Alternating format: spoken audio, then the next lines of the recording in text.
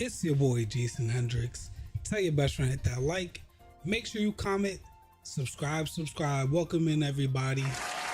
Let's get it. For today's stream, we are going to be doing a lot.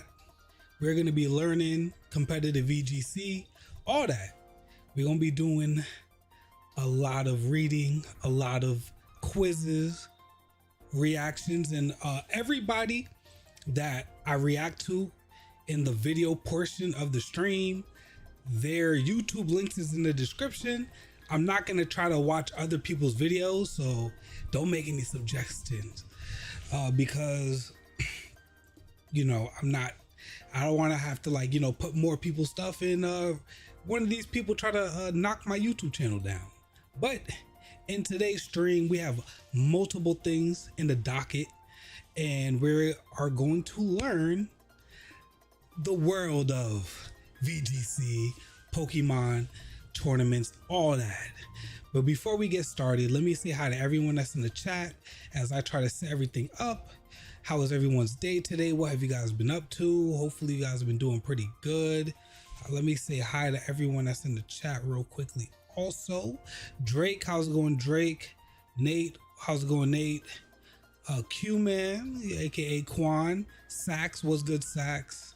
Icy, what's good, Icy? Yeah, Professor Hendrixs. It's your boy, Professor Hendrixs. Meat Puppet, May, what's good, May? And Joshua, we got Juices. Got the Sigmas in the building. But I'd say let's get straight into it. We have a lot of stuff to cover on this stream. We got a lot of stuff. All I ask is make sure, especially the mods, make sure that the audio is loud enough for people to hear. So let me know if it's loud. Let me know if you guys can hear it once we get to the video section and stuff. But basically, we are on this website called VGCguide.com, and we're looking at the introduction to competitive Pokemon, right? And it's written by Aaron Traylor, pretty much, right? Well, guys, we're in the new era. We're going to hit the new arc of Pokemon, which is going to be Pokemon Champions. There is going to be a lot of differences because, the way how the EV and there's no more IVs, it's going to be pretty weird. So, if I don't really talk that much in the chat, is all because I'm trying to make sure to read, convey, and let you guys know what's going on. So everybody, how was y'all day today? How was your Monday and stuff? And Nita, you're late to class? Yeah. If anybody's late to class, you will be going to H jail, aka detention. In school suspension, you will be getting in school suspension. So make sure that you attend the class. But all right, let's get straight into it. Welcome to the world of competitive Pokemon. If you're reading this, Pokemon has probably been a part of your life, big or small. Whether you grew up playing it, you watched the anime, you collected cards, you play Pokemon Go, or you just like Pikachu. You might be curious what competitive Pokemon means or how Pokemon can even be competitive. That's a great question because in how's it going, CBs? As a casual, pretty much all of my life, and I wouldn't say a casual, but I played every Pokemon game, just never did competitive or VGC, but I pretty much played the game as much. As somebody who's an outsider, it's pretty difficult. I remember the person that introduced me into understanding how to EV train and IV train was a Twitch streamer named Trainer Oblivio YT. Make sure you guys go show him some love. Shout out to my boy Oblivio and stuff like that. But he introduced me on how to EV train, how to IV train, and my Pokemon went from night to day, right? And I'll give you guys an example, right? Back when I was a kid, I went to a gaming convention, and basically at this gaming convention, you were supposed to go to every person. There's scattered out and about, but they're gym leaders. But if you beat the gym leaders, you get a badge. And I met the first person that was a gym leader, and his Pokemon, even though we're both level 50 and all that stuff, his Pokemon was washing me. And I never understood how or why, even though I did have a pretty good team, but he had a really good team. But like, you know, learning about competitive has made me realize that, oh, it's because he IV trained his Pokemon and he was an advanced level, and I'm a normie trying to battle him, and I lost at least about 10 times. Never got that badge. Sadly. But yo, guys, make sure you pay attention. If you leave class, you better hit that like button or you're going to freaking detention. Competitive Pokemon is the natural extension of battles in the Pokemon games, picking up where the games left off. Competitive players battle against each other. There are many different ways to play Pokemon competitively, but this guide and website focus on the official style of competitive battling supported by the Pokemon company. That style is called VGC, which stands for Video Game Championships. There are a couple of things that make VGC different from other forms of battling. All right, so let's go figure it out. I'm not leaving. Let's go. You can't wait for the stream tomorrow? Yo, same here. What's good, my Amora? Double battles. Most of the battles in the mainline Pokemon games, Red, Blue, Sword, Shield, that you might have played are single battles. One Pokemon fights one Pokemon at a time. In VGC, two Pokemon fight against two Pokemon at a time. VGC battles are fast-paced and are all about how a trainer's Pokemon work alongside each other, which, like, in my opinion, like, being somebody that's like normal, do you have a max IV Ditto? No, I would not use a Ditto competitively. There is somebody in the community that does, but I don't.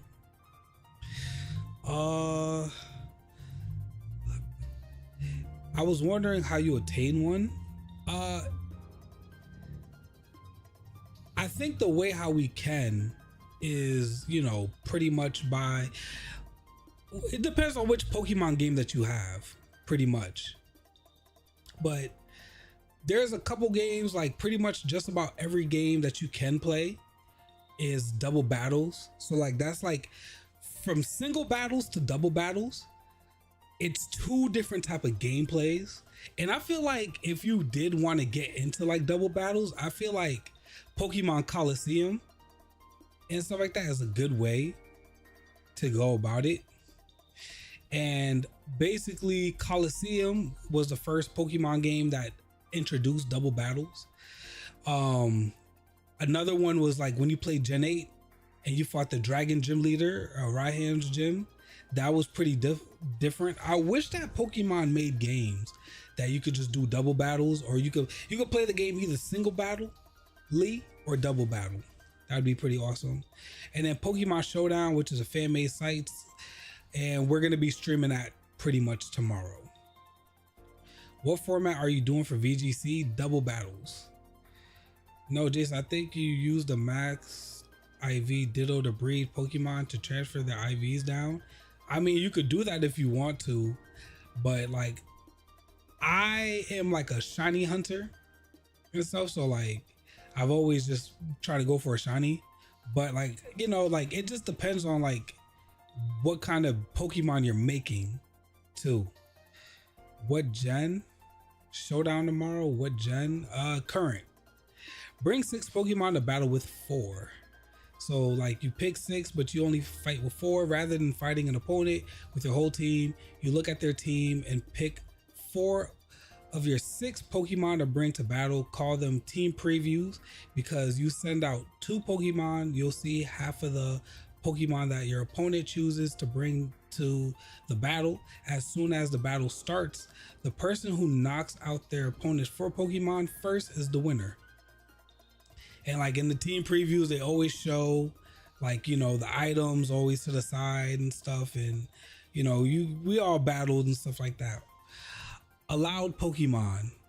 So like something that I didn't know until like probably like last year, or it's close. Yeah, I'm gonna be streaming Pokemon Champions at 12 a.m. So make sure you guys come hop in and stuff like that. We definitely gonna be on that, streaming that. The set Pokemon that are allowed for use in VGC changes every so often. This usually called the VGC format or metagame, meta for short. VGC battles are always played on the most recent version of Pokemon, which is now, I mean, it's not Sword and Shield no more. It's not Sword and Shield no more, but like, you know, we all get the premise. Official circuit and the metagame means a lot of different things. All right, so there's that. The Pokemon Company and the Pokemon Company, I guess they said it twice, International, oh, it's two different things, hold a worldwide circuit for VGC play that once a year accumulates in the Pokemon World Championships, where a world champion will be crowned.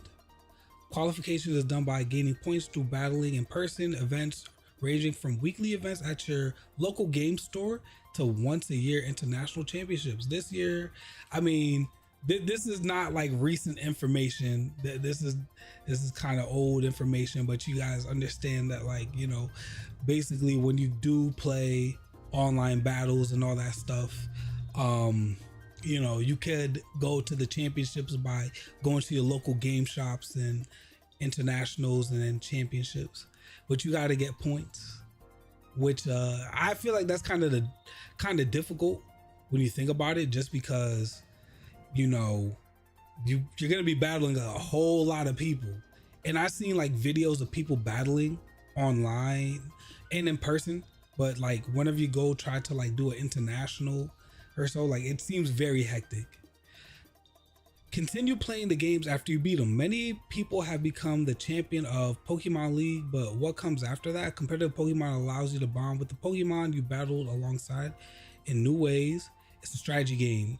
There's a lot of different elements to strategize and plan out, from the Pokemon that you select for your team to the moves that make it in battle. Huge amount of customization. You're able to customize everything about your team of Pokemon down to their stat points. This means you can create a style of play that feels totally you. And like with Pokemon Champions coming out, there's gonna be no IVs. So a lot of the Pokemon are not gonna be customized all the way down.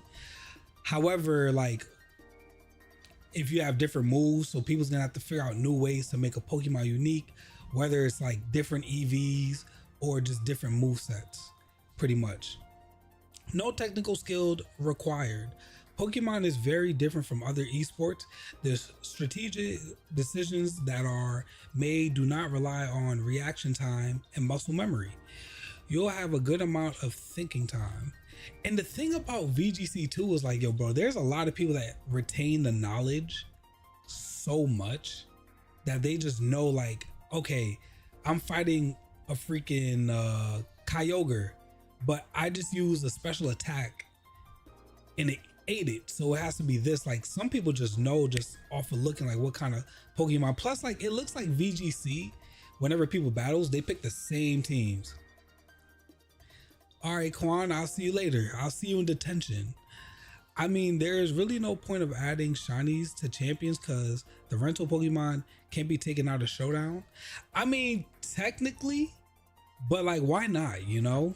Like, let's just say like, if you don't want to play any Pokemon games, but you just want a shiny hunt and you just want an all Pokemon champions team, like, why not? Why not? Two main skills of Pokemon battling are team building and battling. Team building, you get to pick 6 Pokemon that you bring into battle and customize their moves. You can also use a team made by someone else if you don't want to come up with a team by yourself. Battling, given your 6 Pokemon and their 6 Pokemon, knock out all 4 of your opponent's Pokemon however you can. This is easier said than done. Yeah. And then like, bro, there's like a lot more stuff too in this website that like you can like understand too, like introduction to battling, like team building. Like, let's look at this team building. Like a VGC team takes careful thought, will take you from idea to battle ready and show you how to create your best VGC teams for yourself. So like basically, like there's so many different things like to customize your Pokemon, which could be like via items, from their moves, from like, you know, what is like your team like setup, which could be pretty cool. Like, you know, for example, like items, protect, trick room. Like, I like me some trick room. What is team building and why should you care? First steps, intent. The first step of team building process, every team begins with an idea. God damn, there's so much. Bro, there is so much. When you start a team and add Pokemon to your team or make the tiniest change to an EV spread or moveset, you have some reason for doing so. Intent, or the reasoning behind your decisions and choices, is the backbone of all things team building. Intentions can be straightforward. I'm adding Incineroar to my team because it is so good, or highly complex.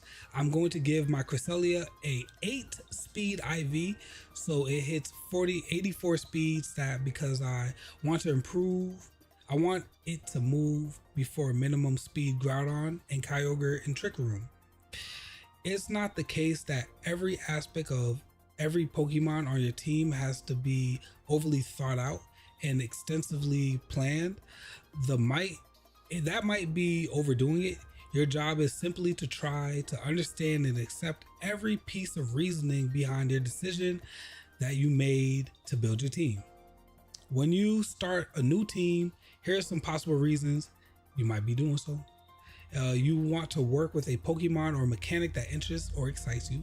I want to build Groudon team and partner with Gravity, so Percyple Blades always hits. You think a team is especially strong and you want to use for yourself. I really like Xerneas is in this metagame, so I'm gonna build around it. Or you want to be strong against popular teams. Grimmsnarl and Togekiss are everywhere, so I'm gonna make a Durant team to beat them. Let's see. And here are some examples of possible intentions for adding a Pokemon team. Because you like it or had success with it in the past, because you think it's especially strong, because it has good synergy with the rest of your team, because you are weak to another Pokemon or type, because it specifically enables one or multiple Pokemon on your team. Evaluate your choices. Keeping track of intent is important because once you get to battling, it's a large part of how you evaluate how your team is performing. Double battles are dynamic and complex, and it can be challenging to figure out whether you made a mistake in your play during a battle or whether your team is underperforming. Understanding the intent behind each Pokemon lets you frame each battle much simpler and in much simpler terms. Did this Pokemon do what you wanted to do? Why not? If a Pokemon isn't performing how you want it to or intended to, you might want to revisit why it's on your team or approaching battling from another direction. I don't know what my intent is. When you add a team by quickly following your gut instinct, you're slapping on. There's nothing ultimately wrong with slapping on because inherently you have some reason for making that choice. It's just implicit rather than fully articulated. When the intentions of a team, move, Pokemon, or EV choice isn't clear, it can be a sign that it might require some more thought. This may be part of why it's so hard to use a team made by other players without a guide or take EVs from another player. You don't know why these choices were made. And that's another reason why, like, every time like somebody gives me like a Pokemon team or try to give me a Pokemon and stuff like that, like I need to like play with it like by myself or understand the reasoning why you gave it to me because of like those type of reasonings.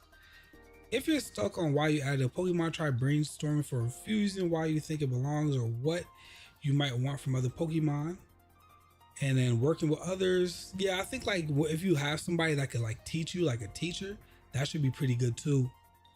And Pokemon is not a game where choices can be made passively. You must be an active participant. Understanding intention is the first step to do so. Over time, you'll be able to come up with more complex intentions as you practice and grow in the game.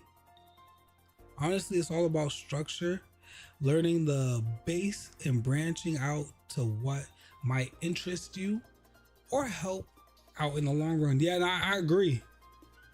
I agree. So like, I feel like when this like intent is like whatever Pokemon that you add to your team, there has to be like a reasoning why you add it.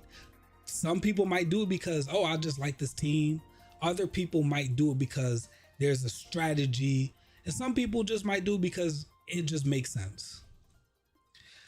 It might make sense. But like, bro. All right, brainstorming ideas to start a team. Let's see this one. Let me go take this quick drink real quickly.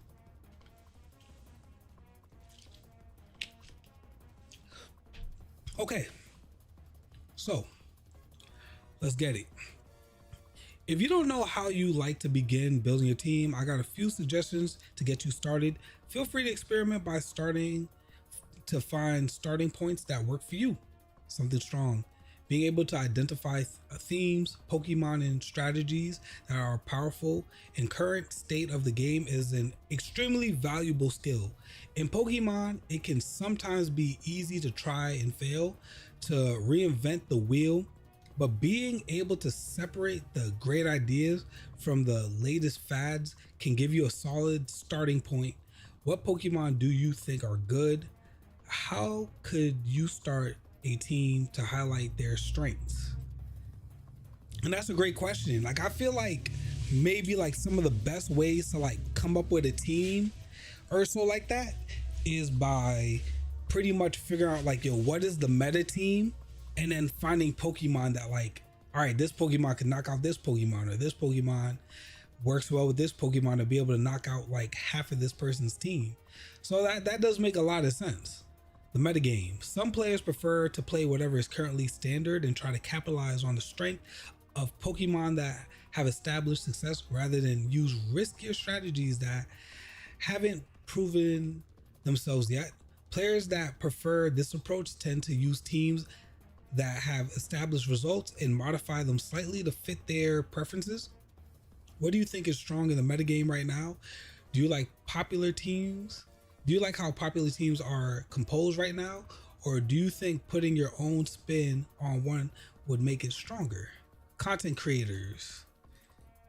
For some new and looking to start VGC, content creators are a great way to get a handle on what is currently being used. By watching someone play, you can learn which Pokemon are popular, and you can also pay attention to their strategies or Pokemon that interest you in particular without having a build a full team on your own. Additionally, many content creators provide rental codes so that you can use a team for yourself to get a feel for it. It's not bad. Someone else's idea. Many people ideate with the team with the help of their peers. Although it's human nature to be attached to your own ideas, an equally useful skill is being able to help flesh out an idea someone else comes to you with. Being able to identify good or bad ideas before extensive testing is a very valuable skill in a team building partner. Although this method is less individualistic, when it works well, it tends to produce very powerful teams. That is true. Like taking somebody else's idea. I feel like a lot of people probably do that a lot. Like I remember watching like a Wolfie VGC type of video, and he talks about like, yo, he gotta hide his team so that people don't steal it in like multiple different ways. And then past metagames, each generation of Pokemon games and certain extent each format of VGC shifts the Pokemon that are strong. For example, Thundurus dominance in Generation 5 completely disappeared in Generation 7. Many Pokemon have their time in the spotlight and then vanish once a new generation comes around. Once place you can look when trying to start building is at Pokemon that at one point were more popular than they are in the current format. Okay. So like getting previous ideas and just remixing it. Just like music and all that stuff. And yeah, like these ones, like inspirational strikes, like I think that like with these two right here is just like figuring out, which Pokemon is just really good and just how to just capitalize. Like how can you make it even better? And picking teams without team building, you don't need to team build to play Pokemon. And then how to use someone else's team. I feel like these two, we don't have to go into too deep because I feel like you don't need a team to like, you don't need a team build. Like you just got to find Pokemon that makes sense or Pokemon that you like. Cause I'm guaranteed there are people that just like to play Pokemon the way how they like, or they just like to use Pokemon just in general. I mean, there's a lot of people like team building is like a skill, I feel like, for Pokemon. And then like using someone else's team is just like how they said, like you can go to a YouTuber, they might have a guide, or you can ask somebody that you know that has a code to use theirs. It's not that bad. And then concrete building blocks.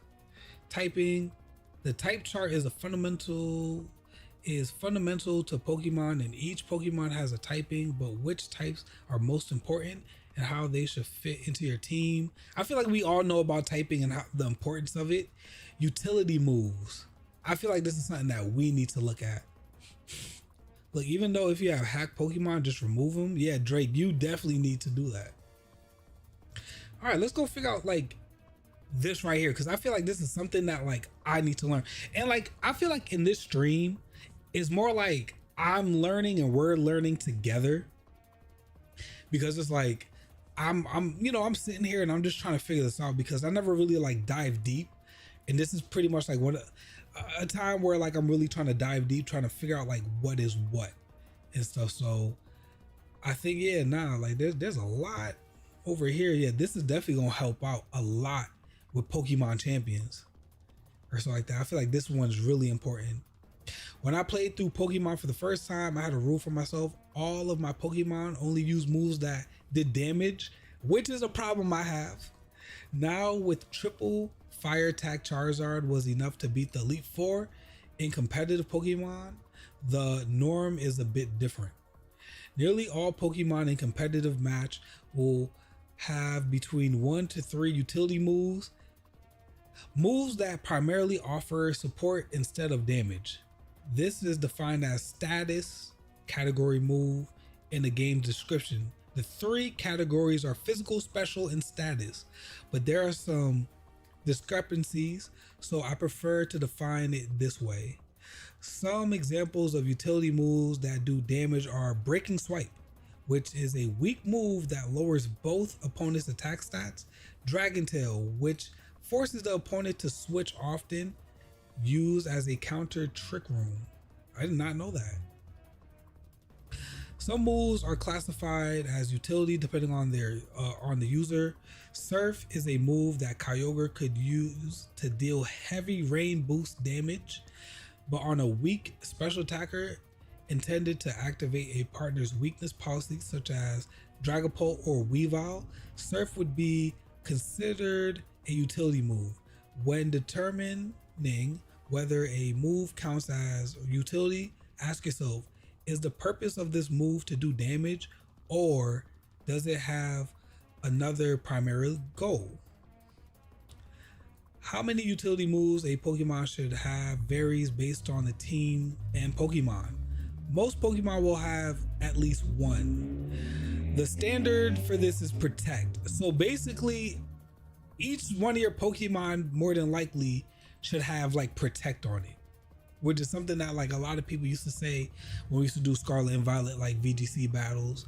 But some Pokemon will choose to use a setup move, Dragon Dance, Nasty Plot, or a recovery move like Roost, Recover instead.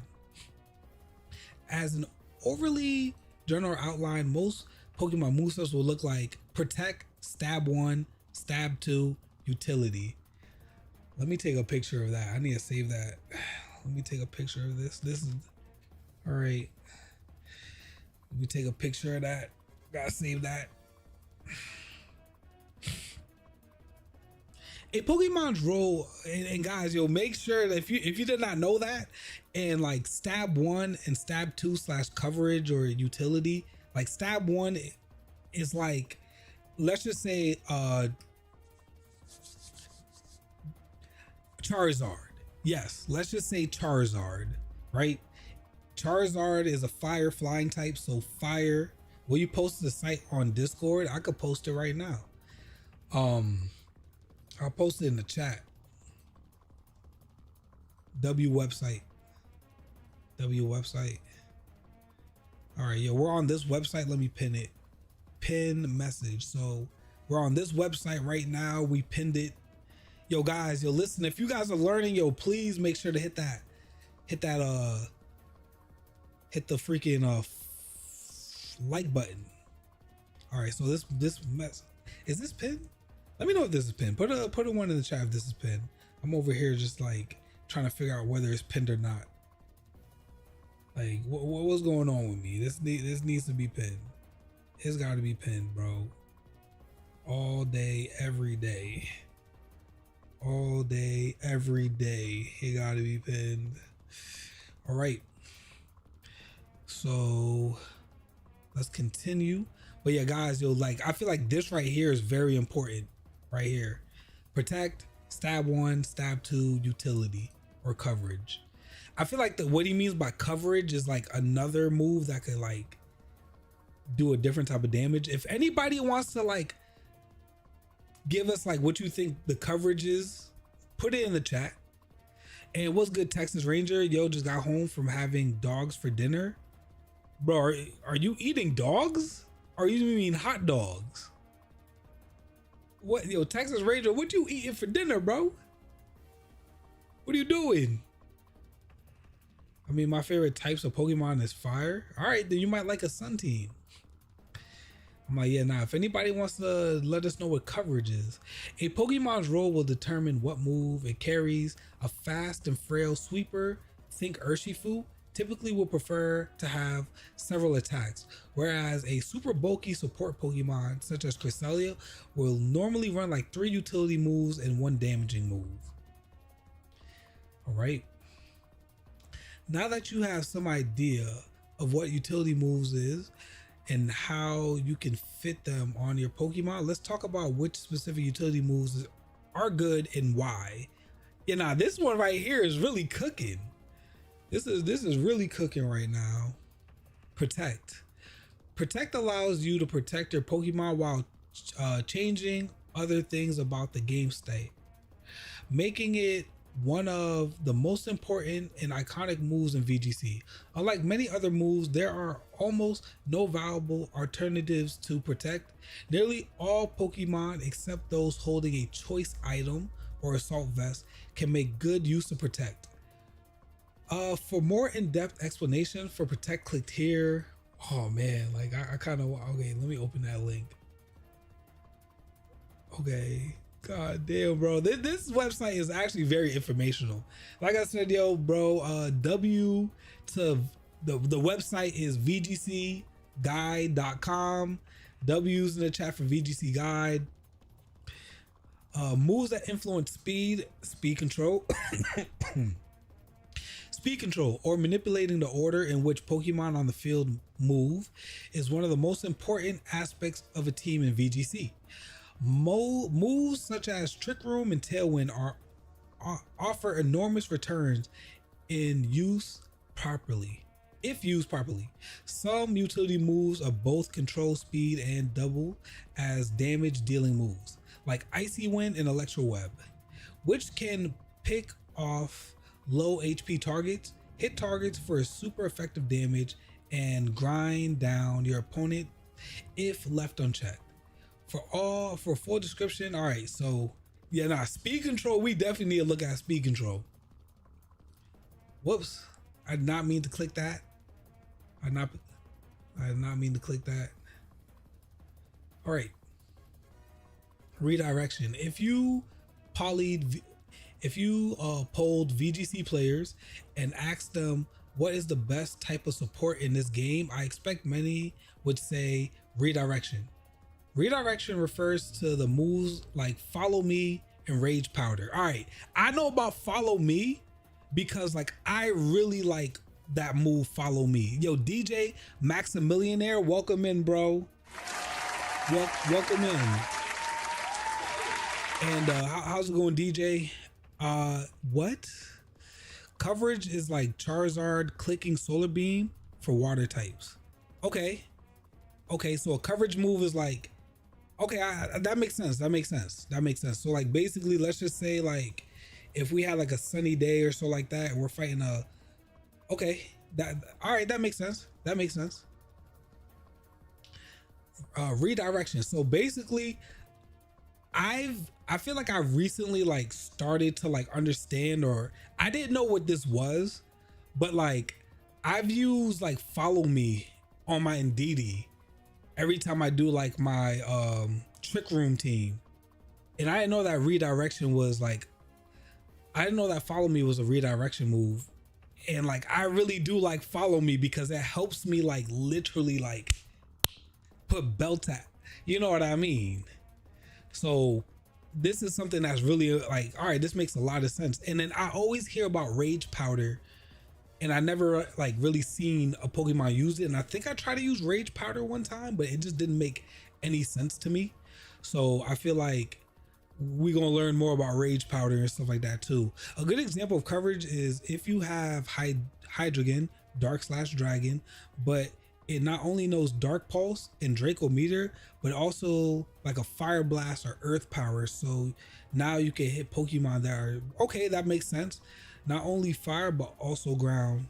Yeah, nah, thank you, Juices, for that. We're freaking learning. Okay, let's catch up.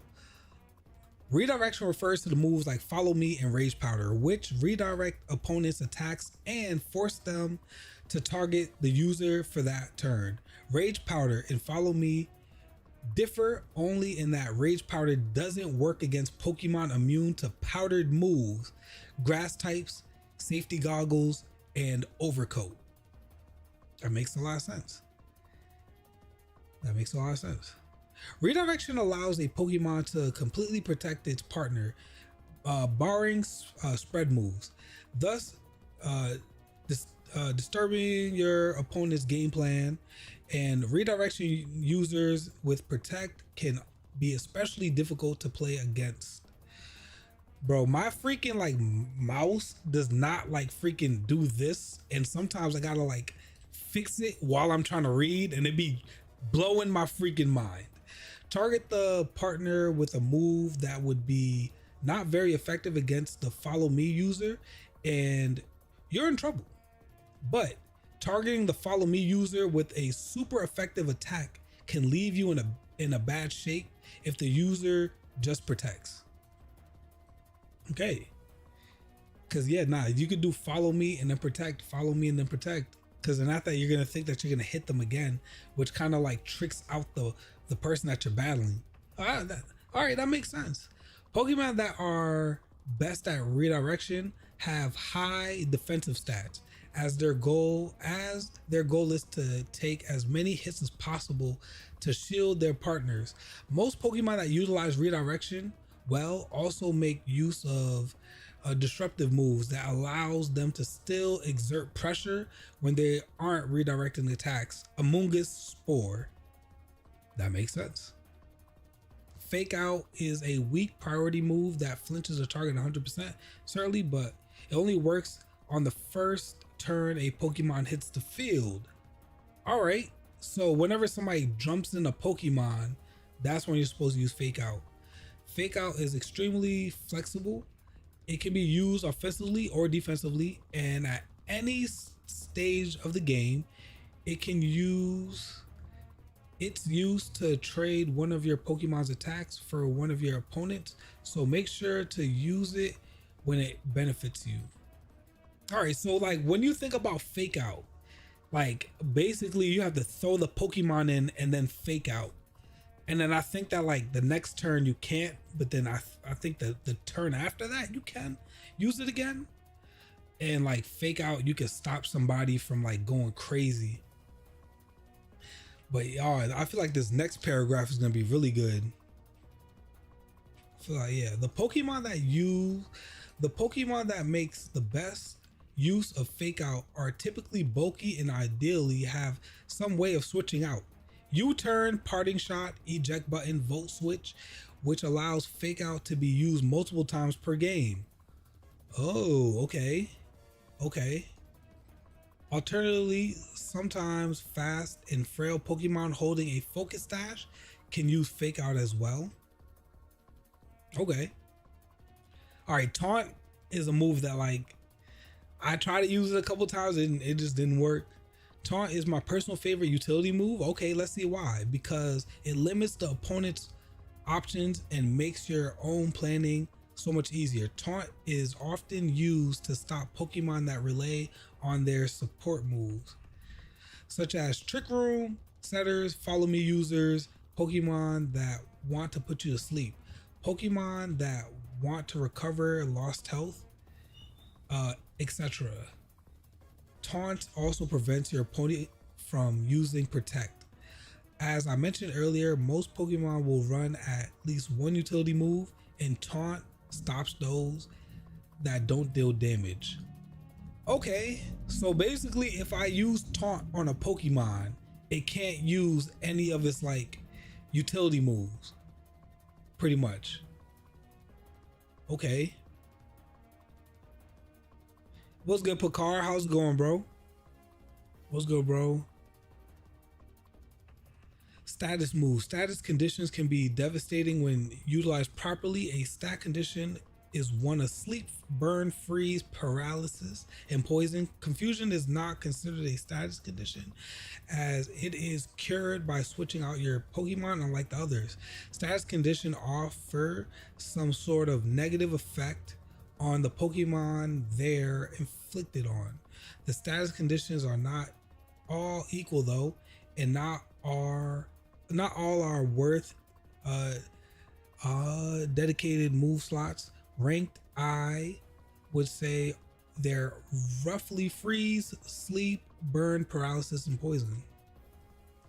And then freeze is by far the best, however, because it only triggers as low percentage secondary effect, you can't trigger consistently. Sleep is one of the most common status conditions of VGC, as sleep anticipates a Pokemon's for 1 to 3 turns. Player use spore, sleep powder, hypnosis, inflict sleep. The low accuracy is sometimes worth it because sleeping Pokemon are much weaker. I did not know that. Okay, I know about burn. Burn is consistently great status condition as it significantly weakens opposing physical attackers by cutting their attack in half.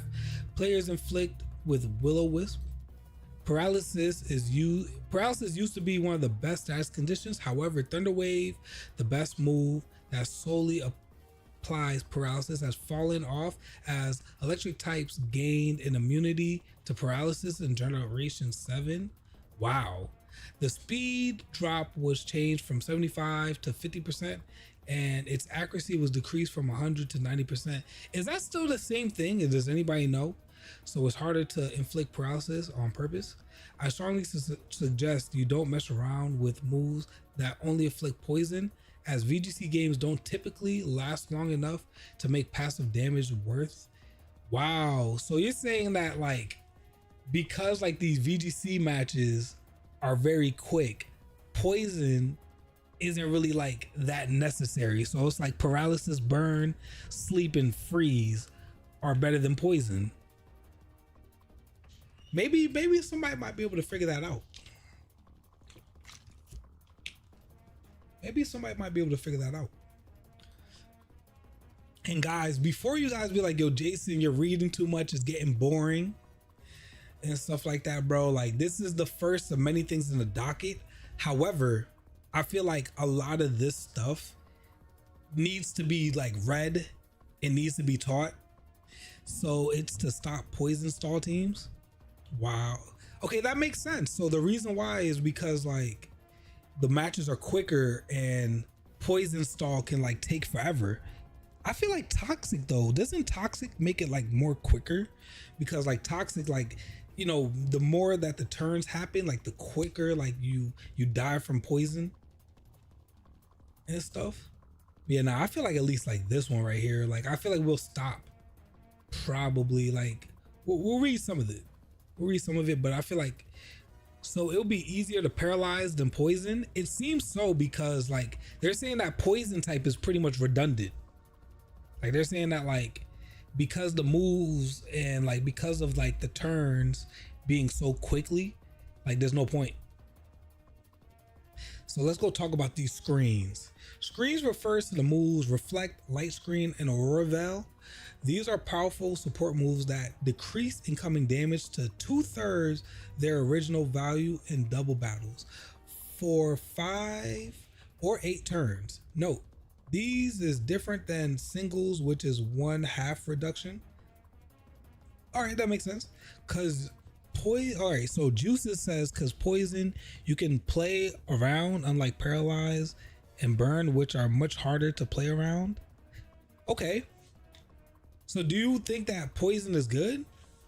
What's good, Mario? So good seeing someone start to learn how to play the game. I love. Yeah, nah, Mario, bro, we're learning, bro. This stream is like a stream where we're just all trying to figure this out. Like right now, we're just doing the reading section. We're doing the reading section of the stream right now where we're just trying to like be able to see like what the moves and which is important and stuff like that. Then we're going to like look at a couple other things. We do got some videos too. We do got videos, but we have a big docket of like websites and videos and then like all that stuff that I feel like we could fit all in a 3-hour stream and stuff like that. But welcome in, Mario. How's it going, bro? My freaking mouse. Yeah, nah, this is like my first time like trying to learn and understand VGC and stuff. Like I'm trying to, because Pokemon Champions is coming out and I gotta make sure I at least know a little bit more than I have before and stuff. While the effects of these moves in phenomenal is worth nothing, that some of the Pokemon that use these moves have setting up the screens as their primarily purpose and often faint after getting one or both up. In short, you're playing 3 versus 4 a lot of the time, with 3 of your Pokemon gaining damage reduction. So this strategy strengthens depending on whether the remaining Pokemon can pick up the slack in the Dynamax formats. Or so, I mean, this is kind of Gen 8. So like this website talks a lot about Gen 8. It's not like all the way updated, but I feel like it still does have good information. Screens were able to shine due to the extra power of Dynamax offers. All right, we don't need to read all that. The distribution of Reflect and Light Screen is pretty large, so you might wonder why these moves are so committal on a Pokemon. It seems easy enough to just add one in theory and have it not be major commitment.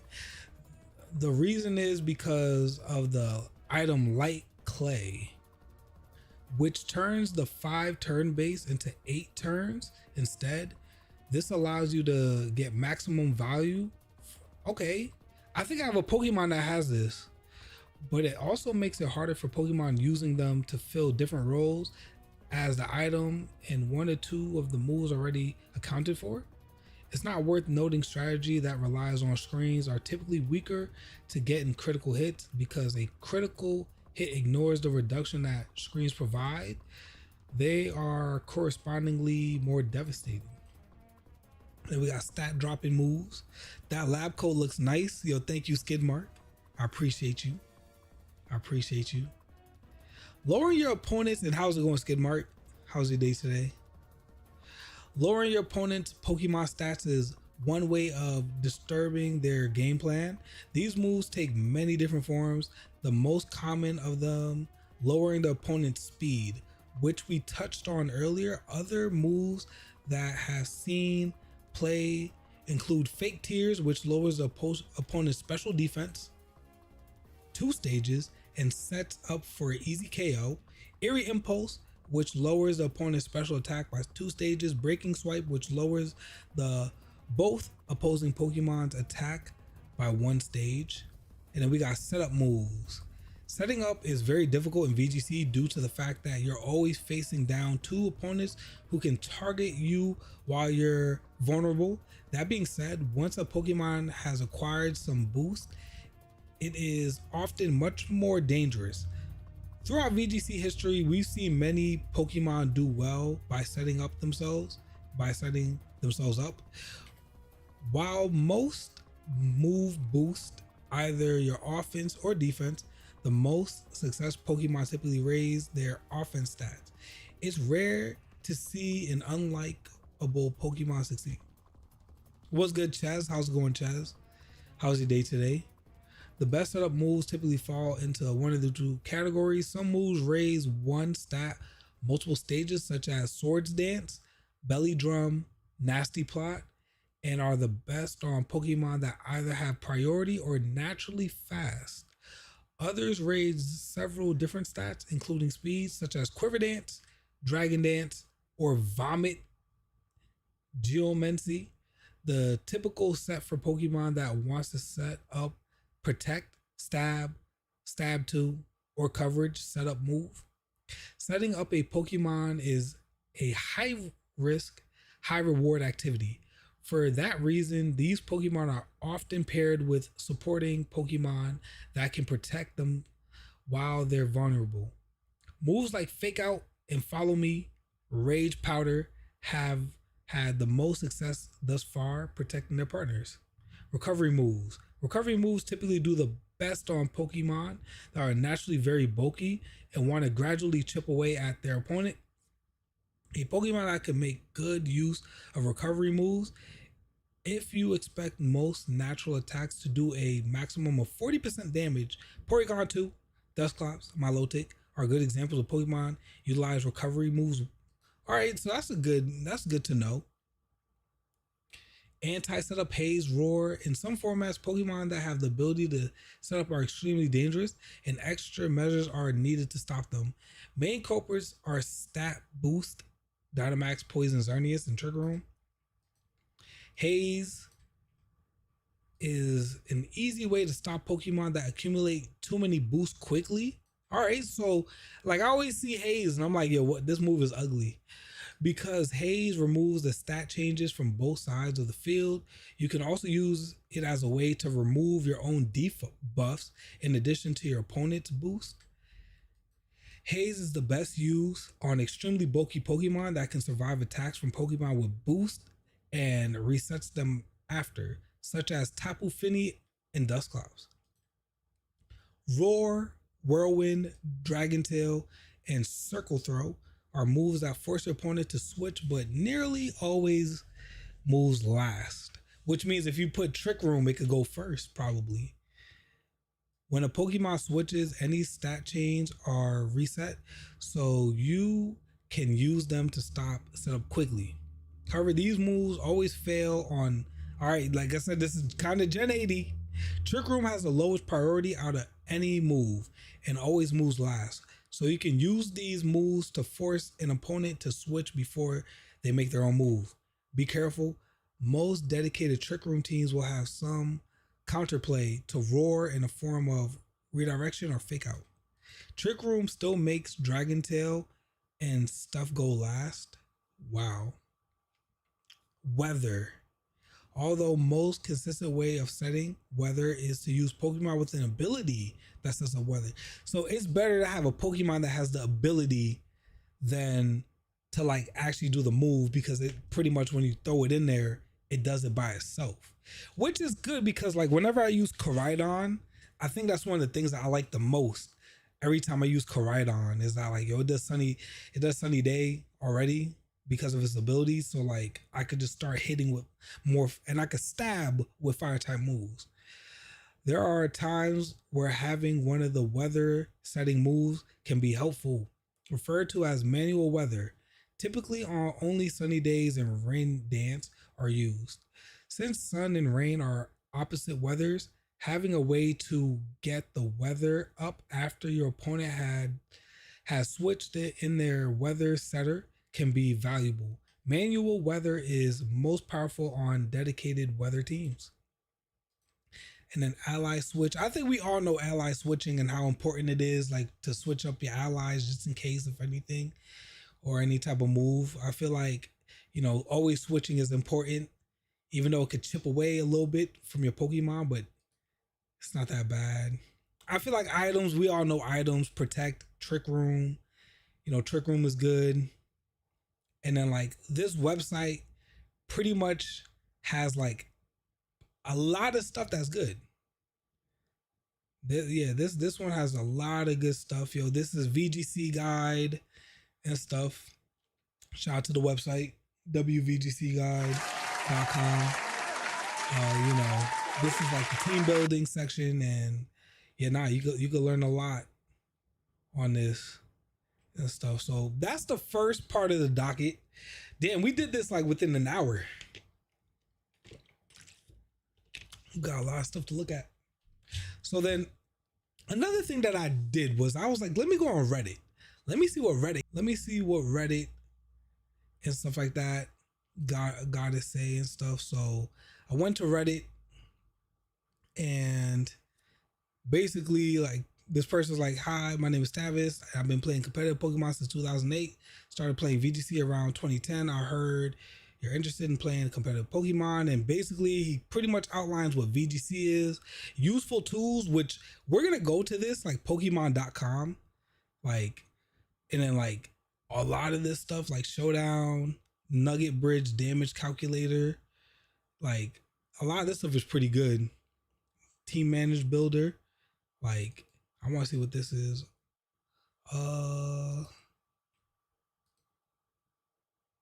It's gonna take forever. Wow, this page is gone. All right, this probably might be old, but there's some useful tools, and then like I guess like YouTube content creators, Wolfie, Ray Rizzo, James Beck, 13 Yoshi, 37. So you got that. Then afterwards, you got like this website that I seen online and stuff. Like it's called Champions Lab, and Champions Lab has like a lot of the Pokemon for like Pokemon champions and stuff. Like you got freaking Venusaur. Like it tells you which Pokemon. Like if we go click a Venusaur, so let's go and remove unpin, and then we'll pin this one right here. All right, copy, and then we'll paste and pin message. All right, so this is the website that we're looking at right now.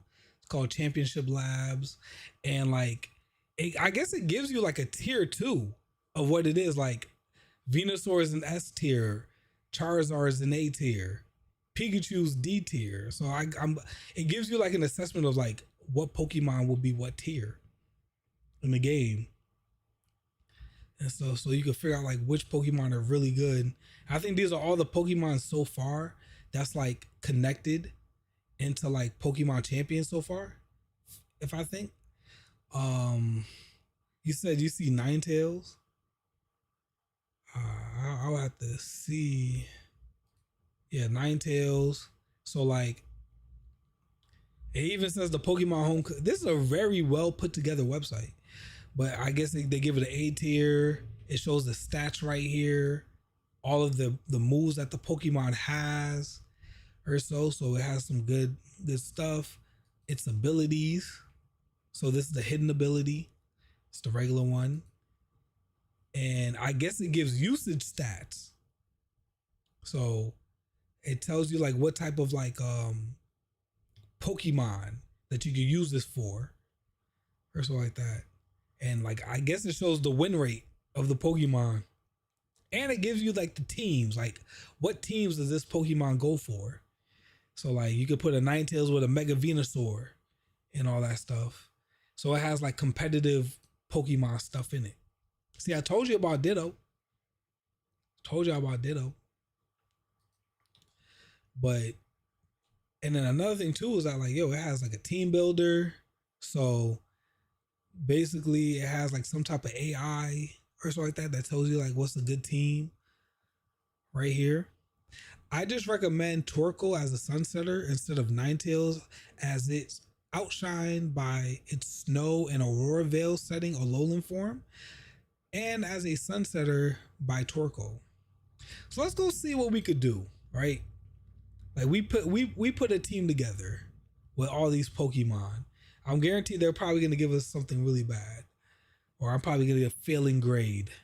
But with all the Pokemon that we have so far, or so, like, how can we make this a team? How's it going, Sarge?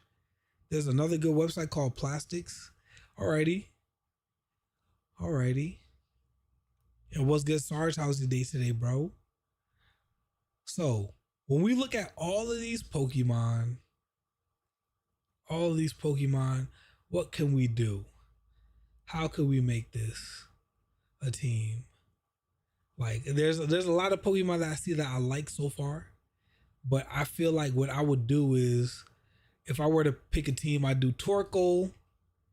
I would pick Hisuian Typhlosion, right? Sorry, I'm late, Professor.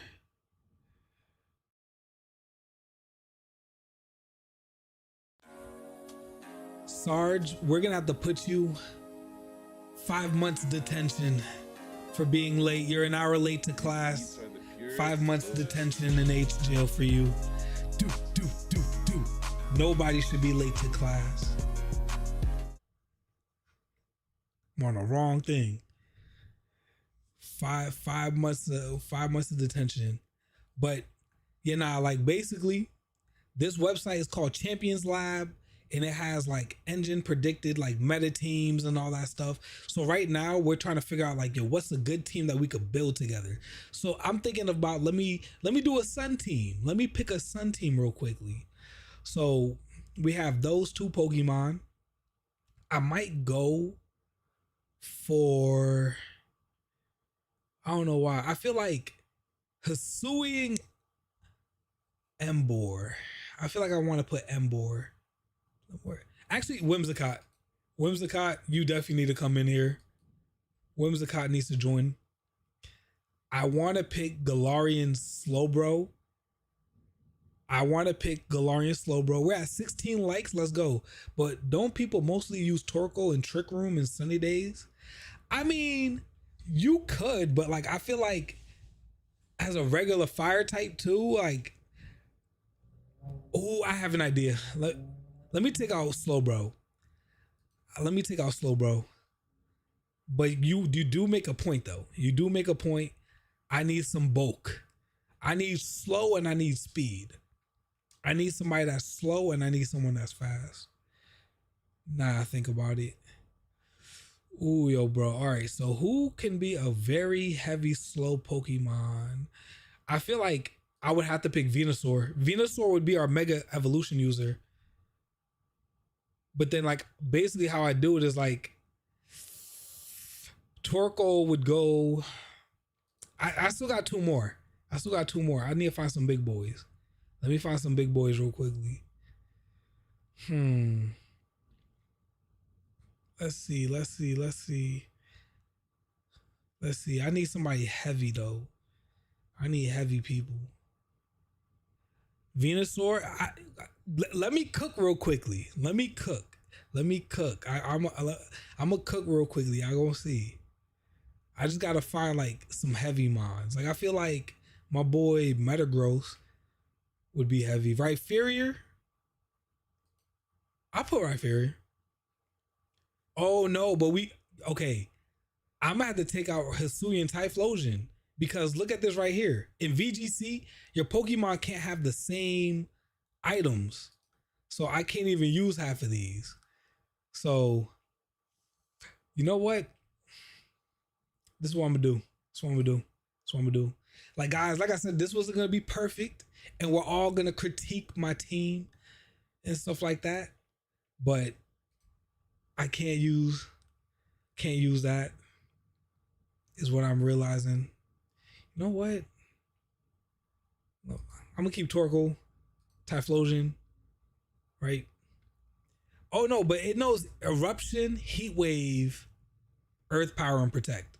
Let's just say if we're using all of these Pokemon, all right? Everyone in here, let's just say if we're using these Pokemon like these, all right? Okay. So,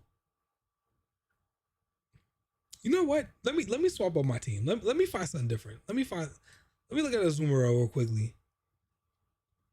Let me see a Zoomerel. Belly Drum, Aqua Jet, Play Rough, Protect, no.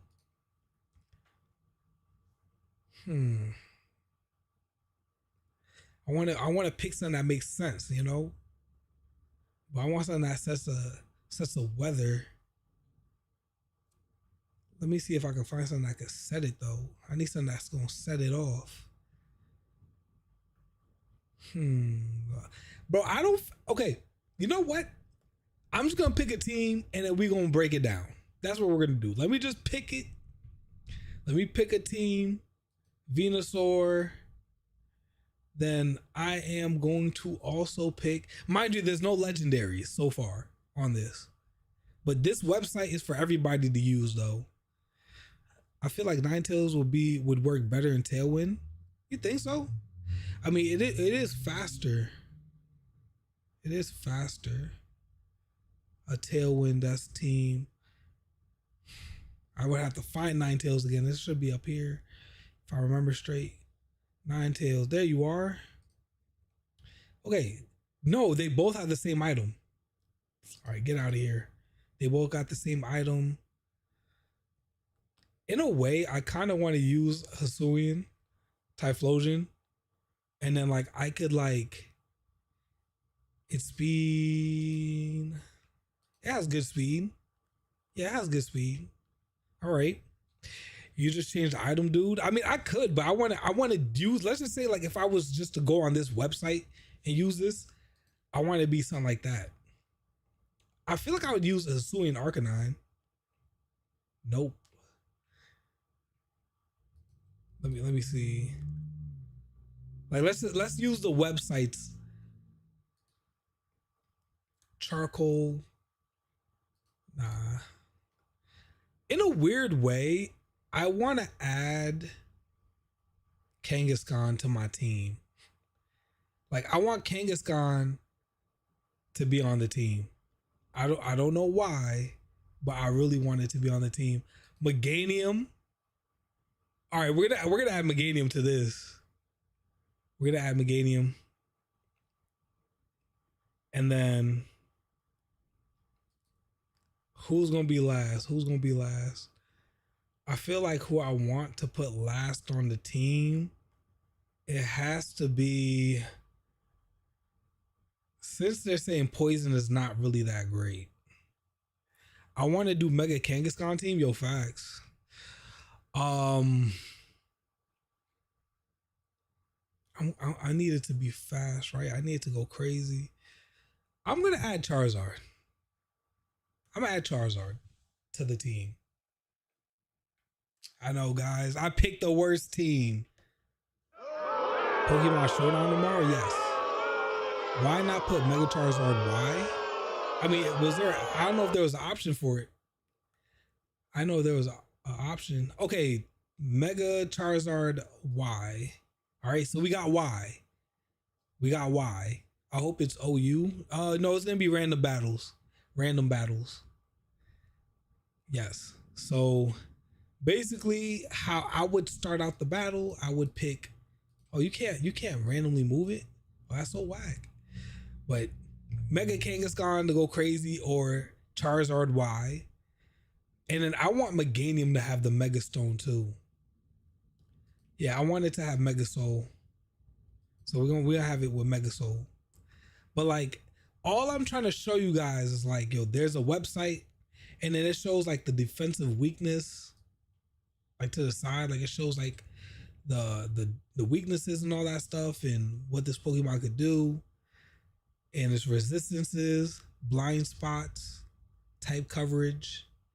So like this, you know, team analysis, it's an 80%. I didn't fail. Guys. Look at it. It's an excellent. 6 out of 6. Excellent. Type, speed, rolls, archetype.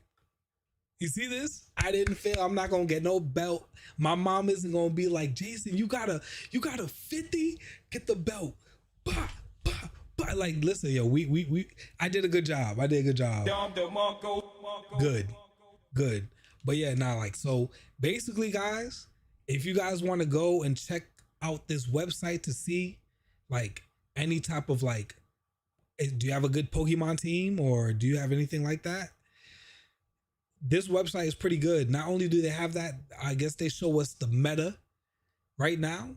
So as a meta analysis, deep competitive analysis powered by the Champions Lab Advanced VGC battle engine, 2 million simulated battles with full damage calc, ELO rankings, win rate metrics across 250 tournaments, teams, 97 usage. Bro, this is the power of AI at its fullest. This is the power of AI, bro. So what they're saying is like when Pokemon Champions comes out, this might be the meta teams that you're gonna see a lot in Pokemon Champions. So like when this game first comes out, we might see a Tailwind, Incineroar, Garchomp, Whimsicott, Dragapult, Gardevoir, Palafin, or we might see a Sun Trick Room, which could be Torkoal, Venusaur, Hatterene, Incineroar, Rhyperior, Orangu. So we might see like some of these teams like actually ML Engine Insight, top meta threats, Mega Meganium. I'm assuming that they're getting this data from like Pokemon Showdown or something. Those are very common teams. Yeah, it looks like they're going to be very in use. And then battle engine quality is 10.7. Protect usage is 21. Switch rate 8.7. Move coverage. So this website has a lot of good like, okay, Hard Trick Room, Mega Blastoise, Mega Garchomp. So these are like the dominant archetypes. And then these are like the most used Pokemon over here. And yeah.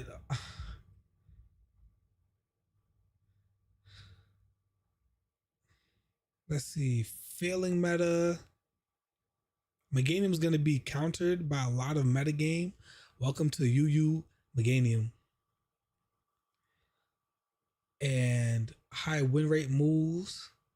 Oh, wow. It shows you like the moves and stuff like that. And core pair spotlights. Okay. So they're showing like the two Pokemon that could really go together. Not a lot of poison. Meganiums be fine. Yeah. It seems like Incineroar is the most used Pokemon. And then King Gambit, Dragapult, Garchomp, Whimsicott, Tyranitar, Aegislash. Okay.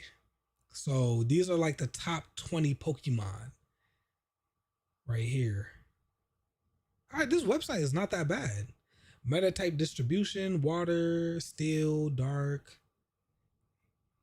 Joshua Sneasler, Mega Gengar, and Clodsire. Archetype power rankings, custom, Mega Frostlash. Yo, people really do want to use Mega Frostlash. Speaking of that Pokemon, like I still need to do it. So these are like the top 50 team archetypes that people are going to be on pretty much. Recent tournament champions. All right. So Incineroar, Dragapult, King Gambit, Garchomp, Hatterene, and Palafin. Those seems like it right there. And then Sand Offense, Sand Rush, Hard Trick Room. Okay. So this is like basically everything that's being used in the meta. Pretty much. Ooh.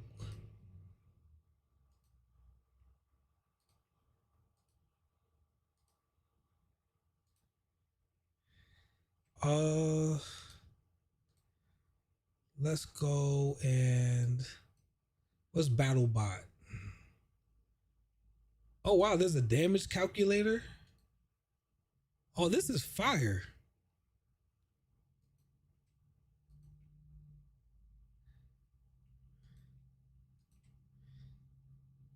Hmm. Let's do a Galarian Slowbro and Gengar.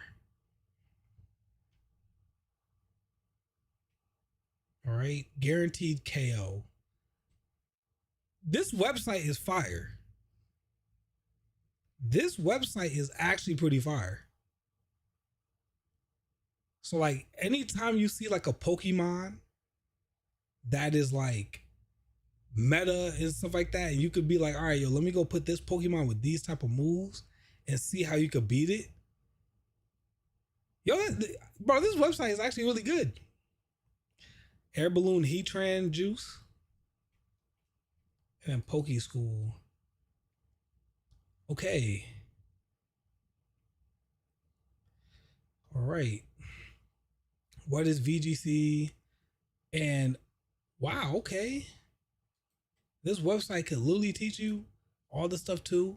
This is a good website. It's a good website. Yeah, no, guys, yo, make sure y'all check this out. It's called Champions Lab.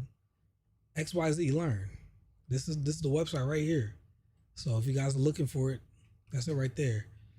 And then this website right here that we're gonna be using is Pokemon Type Matchup Quiz. The reason why I picked this website is because it does have quizzes and it does have stuff that you could look at in terms of like, all right, how effective is this attack type? Steel is offensive, defensive, type, normal, fire. If anyone in the chat wants to answer the question, let's see how good the chat is. Somebody in the chat answer the question. Offensive type, I'm going to say that it is 0.25. So like that is not that much. Like probably one of these two right here. I don't know if it's that pretty much like good or maybe just one. Nah, I think it's 0.5. I think it's 0.5. Correct. You see, yo, Chaz, me and Chaz got it right. How effective is this type attack? I agree, but I have a feeling Heatran is more situational pick. Grass and then defense, steel and ice. That has to be 0.5. Next. Offensive ghost, defensive is fairy. Is it 1? Okay. Okay. Offensive is normal, defensive is water. It has to be 1. Neutral. Offensive type is water, defensive poison, dark. Is it 25? Incorrect.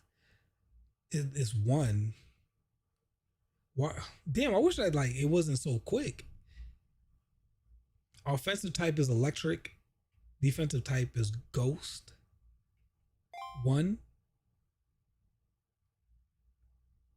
Neutral matchup. Okay. Offensive type is fire. Defensive grass, normal. It has to be 2 times because the normal doesn't make it 4.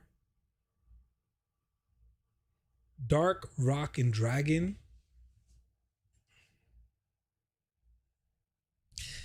0.25 is 1. Dark is, wait, let me pause this. Answer is 1. Dark is normally effective against rock. Neutral matchup. Dark is normally effective against dragon.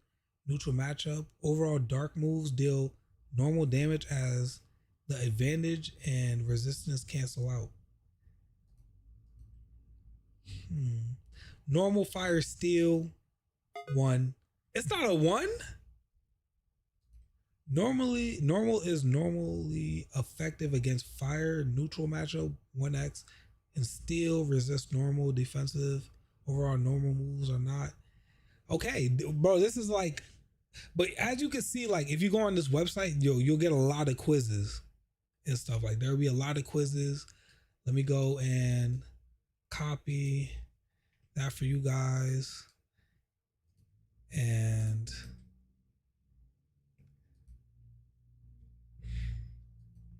all right, this is gonna be pinned. This is a pretty dope website if you want to like do quizzes to figure out like which is which and stuff. Usually what I tend to do on websites like these is I try to get the wrong answer and just write it down.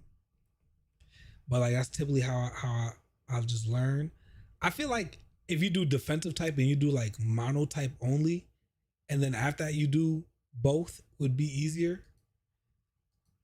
Ghost and steel, that's one. So neutral, electric, normal, fairy. Damn. All right, Chaz, I'm gonna need your help with this one. But how effective is this attack type? Offensive is electric, normal, fairy. I feel like it has to be 25%. Neutral. Damn, bro. Ghost against bug. Neutral. Flying against rock. That has to be like 0.5. Wait, let me pause. Rock type opponents resist flying moves. Defensive resistance is 0.5. Okay. Psychic is offensive. Fire normal. This has to be 1. Jason, have you ever played Poke Rogue? No, I don't play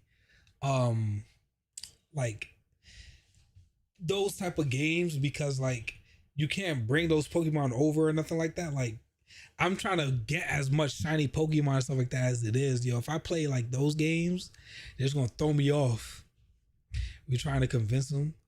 It's like, bro, I gotta play the normal games, bro. Like those are the real missions. Fairy, ghost, ice.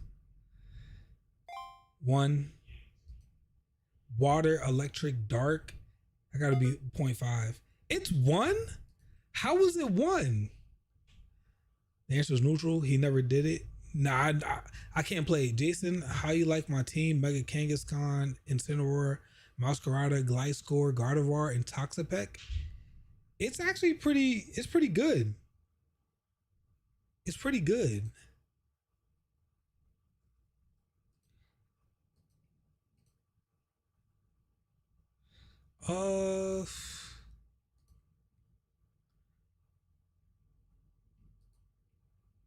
Next, fighting and ground is 1. Whoops. Steel, electric, fighting. That has to be a 0.25. That would be fun to watch you play it though. It was awesome. I had a lot of fun. Like, I didn't really like when it comes to those type of games, like I'm just not like a big fan of it. Is it 0.5? Yo, Chaz, yo, you are on a roll. Offensive is rock. Bro, they're asking me the same question. Is 0.5. It's 2. Oh, I messed up. Yo, I read it the wrong way. Steel, bug, grass. 1. Ice, psychic, rock. Isn't it 25? You think this is neutral, Chaz? Yeah, not like CB, bro. I gotta play the official game, bro. If it's not officially made by Nintendo, neutral. Okay, I need an explanation. Ice is normally effective against psychic, neutral matchup, and ice is normally effective against rock, neutral matchup. Overall, ice moves deal normal damage. I'm gonna start building this team tomorrow. Was gonna do Mega Mawile, but I didn't see Mawile on the team builder. Damn. Poison, fairy, dark. That has to be a 4 times. This has to be it. Okay, if it's not 4 times, it's 2 times. I think it's 2 times. I think it's 2 times effective. Okay, I got 16 out of 22 correct. It has to be 2 times. Yes. Yes, I knew it was 2 times. Okay, offensive is dark, water, steel. It has to be neutral. Fighting in grass, I think it's neutral. Man, this class has been lit. We learning a lot. We are. Are you breeding your entire team? No. But you don't have to. Pokemon champions, there's no point. There's no IVs. There's no IVs. Ground, fairy, electric. It has to be 2 times. Rock, electric, psychic. Rock, electric, psychic. Rock, electric, psychic. Is it neutral? This has to be neutral. It gotta be neutral. Yes. Electric, fighting, and fire, neutral. Fire and dragon, I'm gonna put 0.5. Dragon type opponents resist fire type moves. I knew it. Like, cause I knew about like dragon types like water, grass, fire. Like, okay, offensive is water, defensive flying. It has to be 1%. Bug fighting. What? Fighting type opponents resist bug type moves. Okay. All right, yo, guys. Yo, we got 24 out of 31 answers correct so far. We got 34.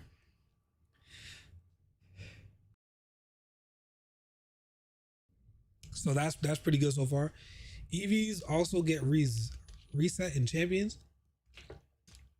Get out, really? So I may always train my team. I want to use them, bring them to champions so I spend less VP. And then like we could do type guys, weakness calculators, type charts. All right. Basically has no effect is black. Red, not very effective. Normal is gray 1 time, and then 2 times is green. So if we were to look at normal and normal, that would pretty much be like pretty much normal effect. Then after that, if we look at fire, normal. So rock and normal is okay. We're learning something. And then normal and ghost type. So like this is how you read like the type chart. It's like, yo, it's like you guys know like the times table where it's like 1 times 1 and stuff like that. It's like that.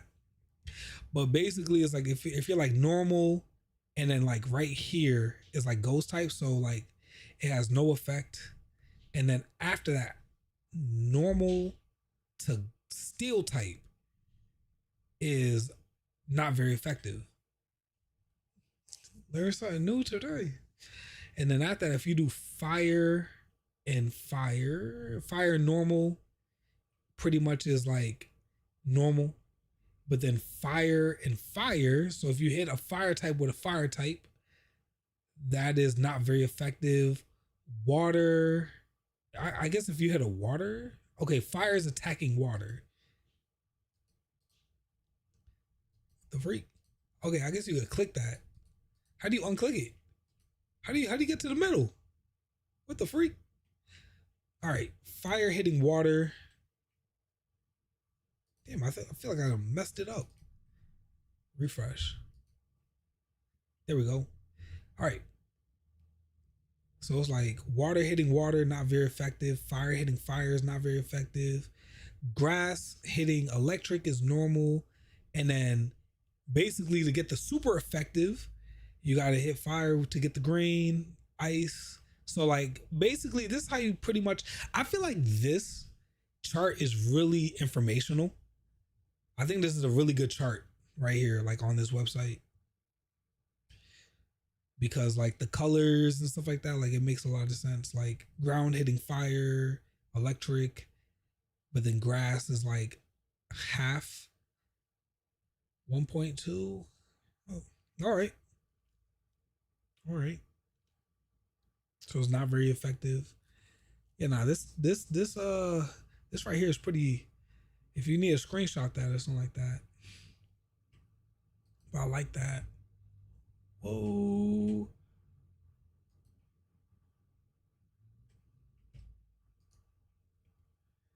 Freaking Okay.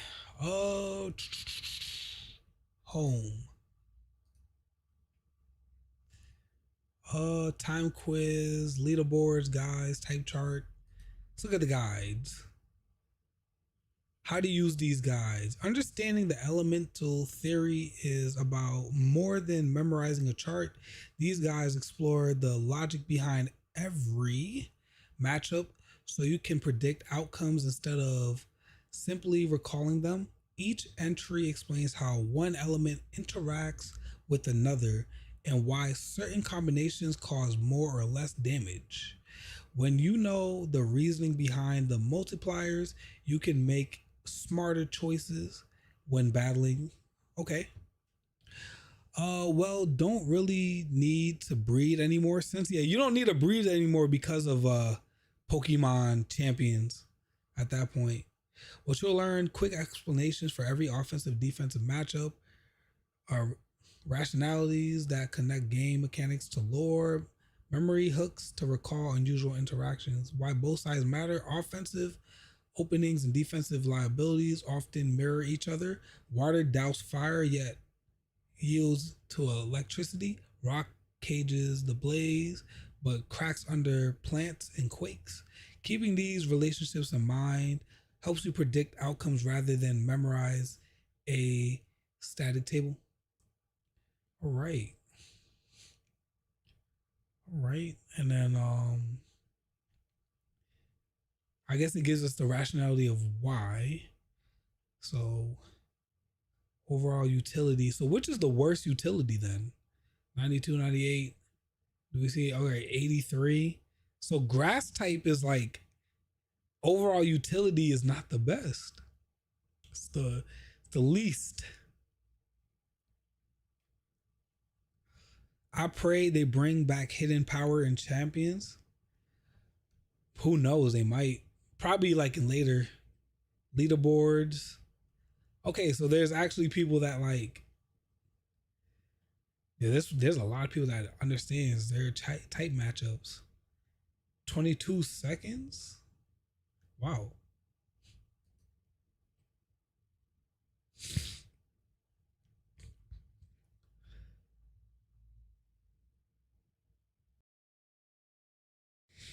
Let's see. Battle simulator.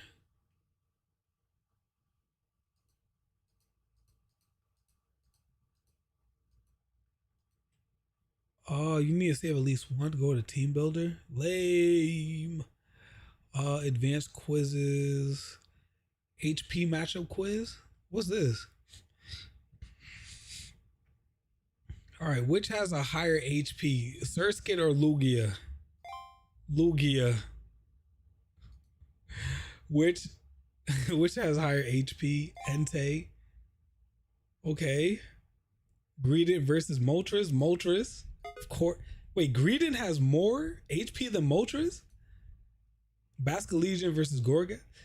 Basculegion, of course. Bronzong, come on. This quiz is so hard so far. Really. Chayu versus Samurott. Samurott really does. Fungus versus Boldor. Boldor. Which has higher HP? Kangaskhan, come on. Alolan Marowak versus Manectric. HP tie. Oh! I mean, Latios does. Come on. Tyrogue versus Superior. Superior. That. Cascoon versus Badoo. Cascoon. Mega Caflable versus Wingull. Ursaluna, come on. Give it give me some hard ones, bro. Like Galliot, of course. Kabutops. Wait, Pignite has more HP than Kabutops? What? Luna. Archelodon versus Dodrio. Archelodon any day. Dragonite. Hardest quiz ever? You think so? Rabasca. Orthworm versus Grimer. Grimer has more HP. Heracross versus Mr. Mime Galarian. My boy. I feel like Doublade has more. Wow. Mega Lucario, of course. Alolan Hoopa. Simisear versus Dartrix. Wow. Bro, this is hilarious. Charmeleon versus Rotom. Charmeleon. Come on. That was way easy. All right, these two might HP tie? No. Igglybuff has higher HP than a fully evolved Pokemon? What? All right, yo, Mega Steelix definitely has Quagsire is king. But what? All right, let's go to a different one. Guzzlord, of course. Advanced quizzes, speed matchups. Dragapult has more speed. Ludicolo's way faster. Iron Valiant is quicker. Badoo is faster than Snorlax. All right, this one could be hard. Lucario Mega versus Marowak. Lucario. Watchog is faster. Malamar is definitely faster. Come on. Remember, Pure Ugly is is faster than Latios. The stats make no sense. Nate Trapinch has more attack than Poliwrath. Crazy. Houndstone versus Terrakion. Terrakion got to be faster.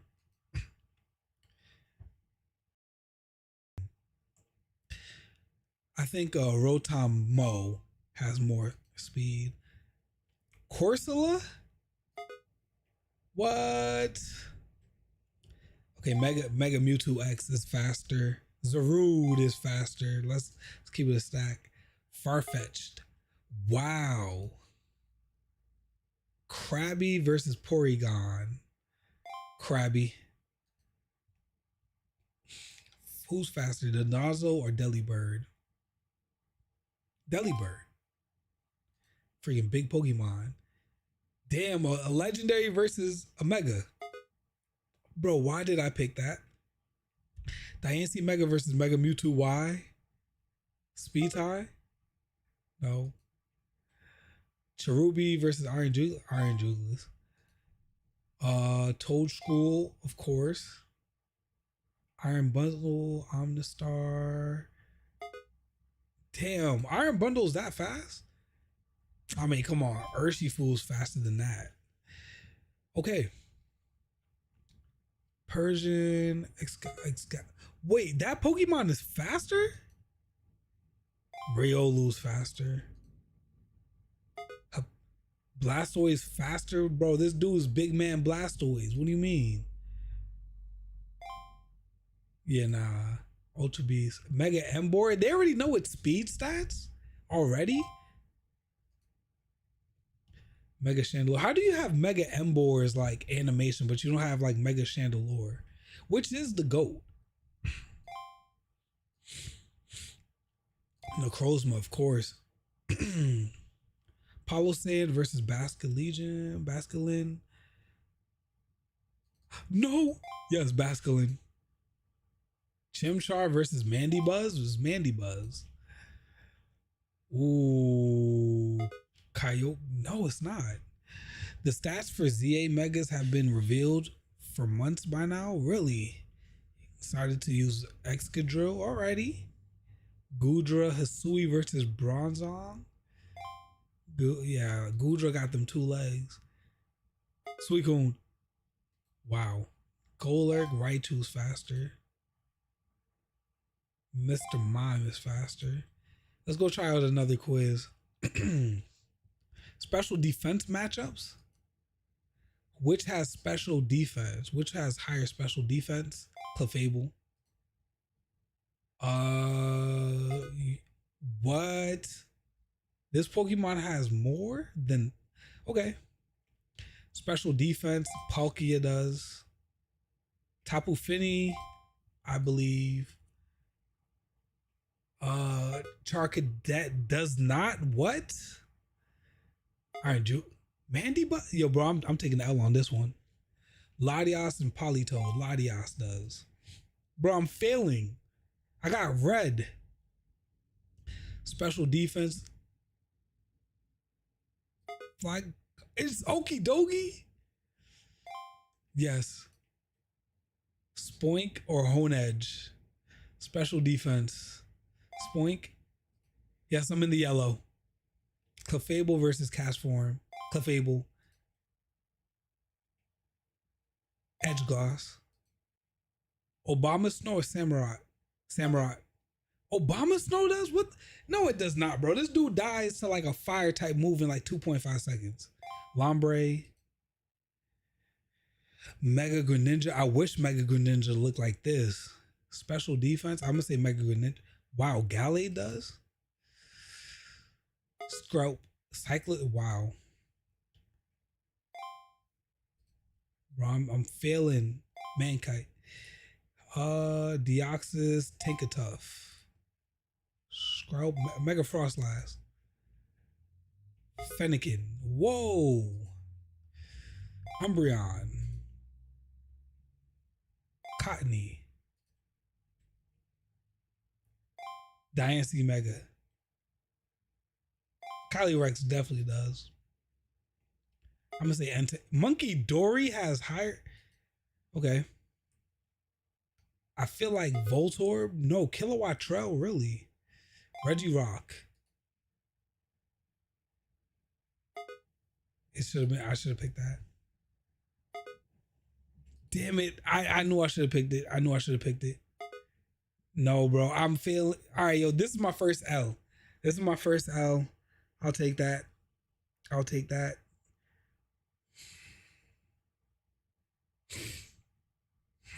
Special attack. Let's see who got the best special attack. Skelderedge. Wait. Duramaka Zen has more special attack? Okay, Altera does. Tepig? No. Swirlix? Castform? What? All right, Slowbro does. Come on. Regice does. My boy Clodsire does not have higher special attack. I mean, that makes so much sense why he be hitting them weak ass throws sometimes. Yo, I love Clodsire. That's my GOAT. But he be hitting them weak. I feel like wait, Mega Rotom Heat has more than Girafarig? Okay. Solgaleo wins. Cleffa or Grimer or Lola. What? Are you serious? Meowth.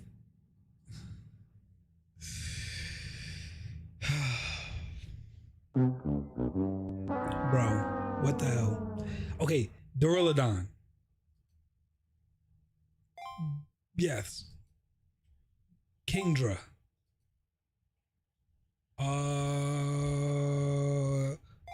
Yes. Toro, he does. Saucebuck. Paramosa. Yo, guys, I'm not failing. I'm not failing. I'm not failing. I'm not failing. Lapras. Tapu Lele. Special attack. Chayu.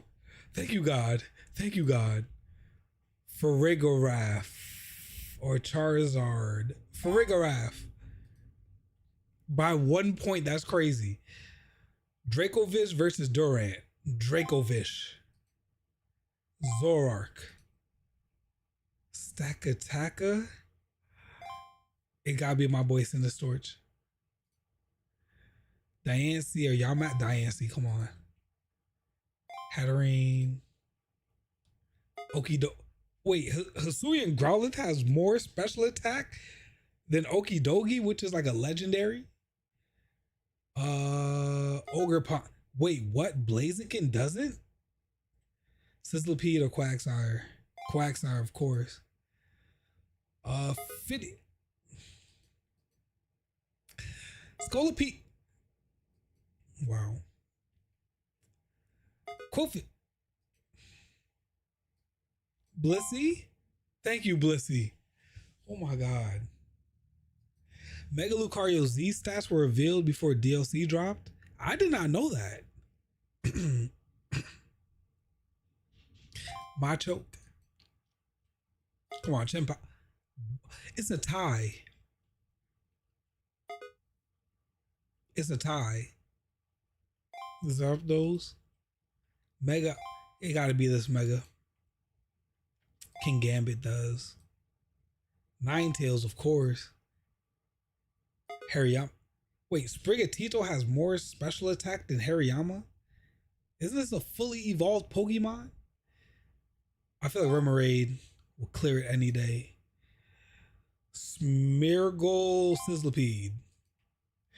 Typhlosion, of course. Special attack.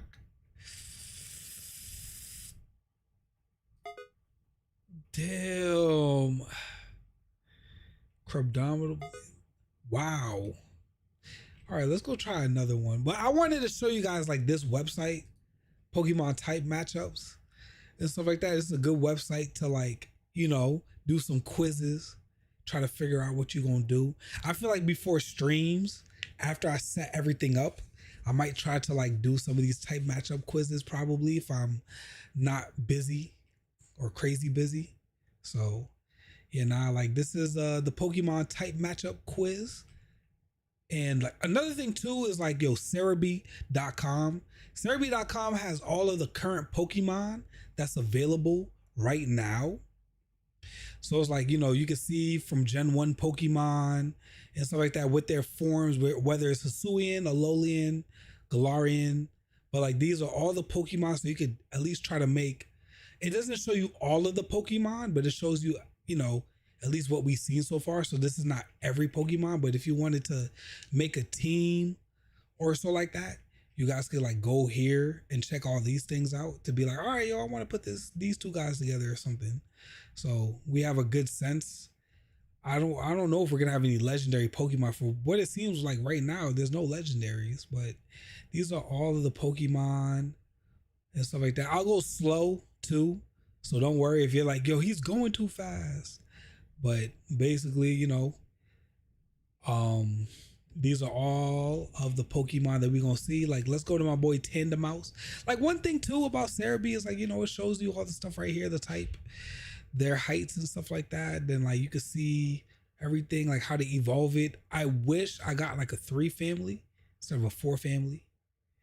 Like I want a 3. I don't want a 4. And then like, what does it show? Like the stats? Like where the stats at? Yeah, where the stats? You don't show the stats? All right, let's go back. 1, 2. But yeah, now these are the Pokemon that we gonna get so far in Pokemon Champions. So make sure you guys like, you know, figure out what Pokemon you wanna use, what Pokemon you wanna bring. I don't see that much Gen 5 Pokemon. Bro, there's not a lot of Gen 5 and Gen 4 mons like that. Yeah, bro. Gen 3, let's see. Wow, there's not a lot of Gen 3 at all. It seems like there's more Gen 2 and Gen 1 mons, which is crazy. But like I said, if you guys want to go to Pokemon, if you guys want to go to Cerebi, then, you know, Cerebi does have something for like Pokemon Champions. Apparently I can't get Return and Power Up Punch on Sword and Shield on Kangaskhan. The thing is, like, I would say don't even worry about it because you don't even know if those moves are going to be in the game. Like, you probably might have put them on there and then they were like, yo, you have to change it. Then, like, basically they talk about the training and then, like, they talk about customization and how, like, 2 VP per stat points, moves, 100 VP per move, nature, to change the Pokemon's nature, you need 200 VP, and to change the ability of a Pokemon, you need 400. Good replacement moves. But yeah, now like basically they show you the stuff over here on like the EV training and all that stuff. It's not really that in depth, but I just want to show that. But I did go on to like Smogon And this website is a lot more in depth than I thought it was. Like this website is actually pretty informative. And what I mean by that is like I was like looking around and stuff like that, looking, and then one thing that I realized is that like let's just say for Big Root, right? You see how it tells you like, yo, this is Big Root. Holder gains 1.3 HP from draining Aqua Ring, Ingrain, Leech Seed, and Strength Sap. Like those are moves that you can use. If you click it, all right, let me pick a different Pokemon. Black Belt. What the freak? This is Scarlet Violet, Charcoal. So like if you click an item, it shows you like what Pokemon that you should put it on. So like let's just say like there's an item, you could be like, all right, yo, let me put this on Turco. And after that, it does give like a good written idea. And Maya and stuff. But if you look at all this stuff, bro, it looks really good. It tells you which Terra type is the best, what EVs to put on it and stuff. Tells you the stats. There's an English strategy, a Brazilian, Spanish, French, Italian, Chinese. But yeah, now like if you go into Smogon and like you're like, oh, who can I give choice specs to? Who would be a good choice specs user? And then you can like literally look at this list and figure out like which Pokemon or which moves should go with what. And like the top of the website, you could click Diamond and Pearl, Black and White, X and Y, Sun and Moon, Scarlet and Violet, Sword and Shield, Scarlet Violet. And then I thought that was pretty cool, like learning about that. Cause it's like, let's just say like you're trying to like build up your team and you want to use a particular move on a Pokemon, like Magnet, give it to Regieleki or something like that, bro. Like that's actually pretty fire. What Pokemon is this? Bro, is this even a Pokemon? Does anybody know what this is? No, this is a non-official Pokemon, was created as a part of the Create a Pokemon project. It's only usable on our Pokemon Showdown server. Oh, I was about to say, I was like, yo, does anybody know what that is? Like, I have never seen that ever in my life. Fan made, Master Ball. But it does give you a whole lot of items and stuff, which is pretty cool. Yo, you can give an Absolite to a Sandy Shocks, Iron Moth, and Iron Crown. Like what? That don't make no sense. But yeah, nah. Like I'm assuming all these ones don't make no sense, bro. Hunting and Fire Red Leaf Green Articuno is doo doo. It's not easy to reset fast. I feel that. Like we can go to Pokemon and we can check out Pokemon. And you can look at their stats and all that stuff. And they'll give you an overview, what moves to give the Pokemon, coverage, all that stuff. And it shows you all of the moves that the Pokemon can learn. So it's pretty good. It's pretty good. So like this website, I would recommend going on this website if you want to see like, you know, what moves to give it, like what tier, like, you know, how to go about it. It even tells you the Terra types, what EVs to give it. If you were to give it IVs, like which ones, like it's pretty cool. It's pretty cool. Basket Legion. Yeah, nah, this website is pretty fire. Like what? Yeah, that looks fire. That looks fire. And then another thing too, I feel like something that's slept on is the Pokemon website. I feel like if you go to the Pokemon website, it does give you like a pretty good, accurate description of it. Somebody give me a number. Give me a Pokemon number. First number in the chat, we'll use it. First number in the chat. Just give me a Pokemon number. And I'll show you why the Pokemon website is pretty solid. 465, 465. Ooh. All right, Nate has one. So 465. What the freak?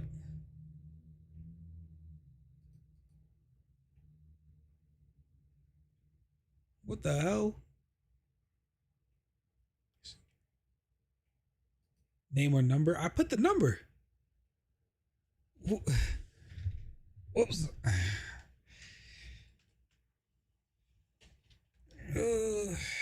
465.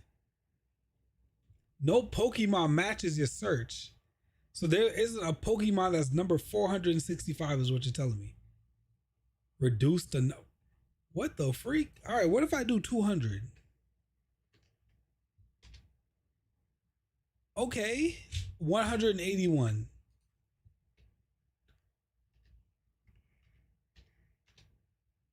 But there isn't a 465?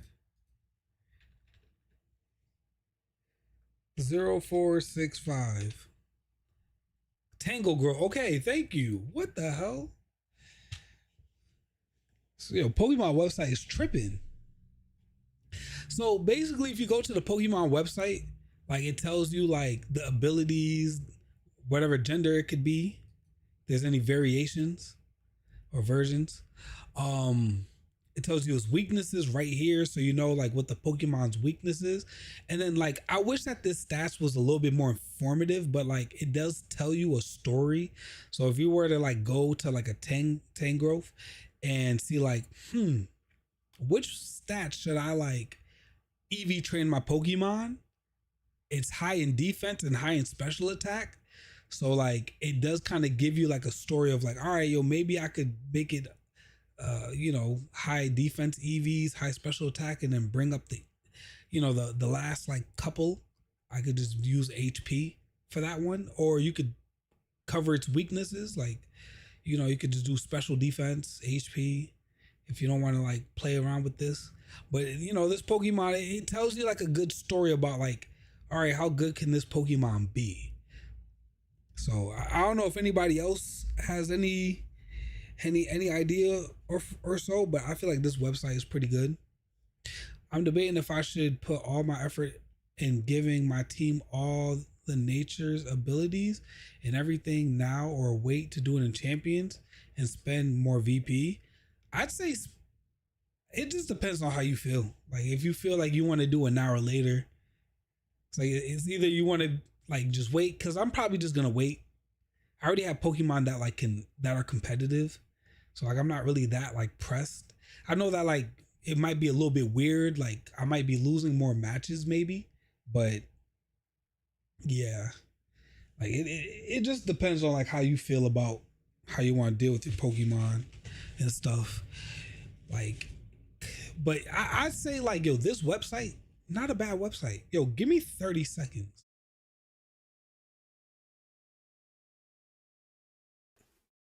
I'm driving back home.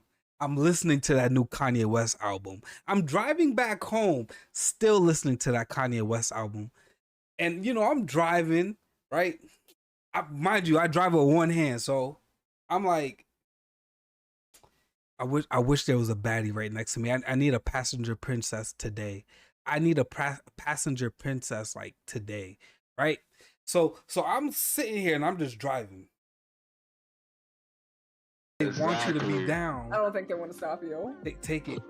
Take the crown, king. Don't let the darkness fade. Exactly. Don't let Teddy take the way you want to be doing with this magical voice. Who's taking what? Taking everything you need. I was not. Don't ever let them take away your crown, king. That's a fact. That's a Also, fact. what is happening? If she ever makes you feel bad about yourself, grab this crown. Fact. Especially from Burger King. Facts. Like. Ooh woo. I didn't say that. I didn't say those words. All right. But, that's the reason why you should use the website and stuff like that. like have it your way like Burger King. Guys, I think he was driving while listening to the new Kanye West album.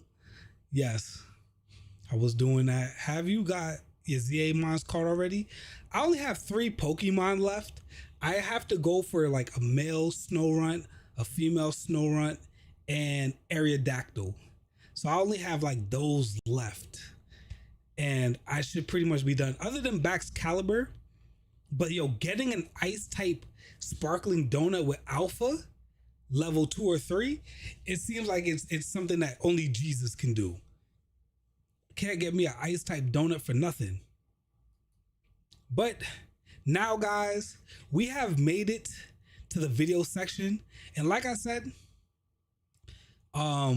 make sure you guys go and subscribe. I feel like this is probably one of the best ones. It's from a YouTuber named Sable. Hit the like button. You know, make sure you hit that like button.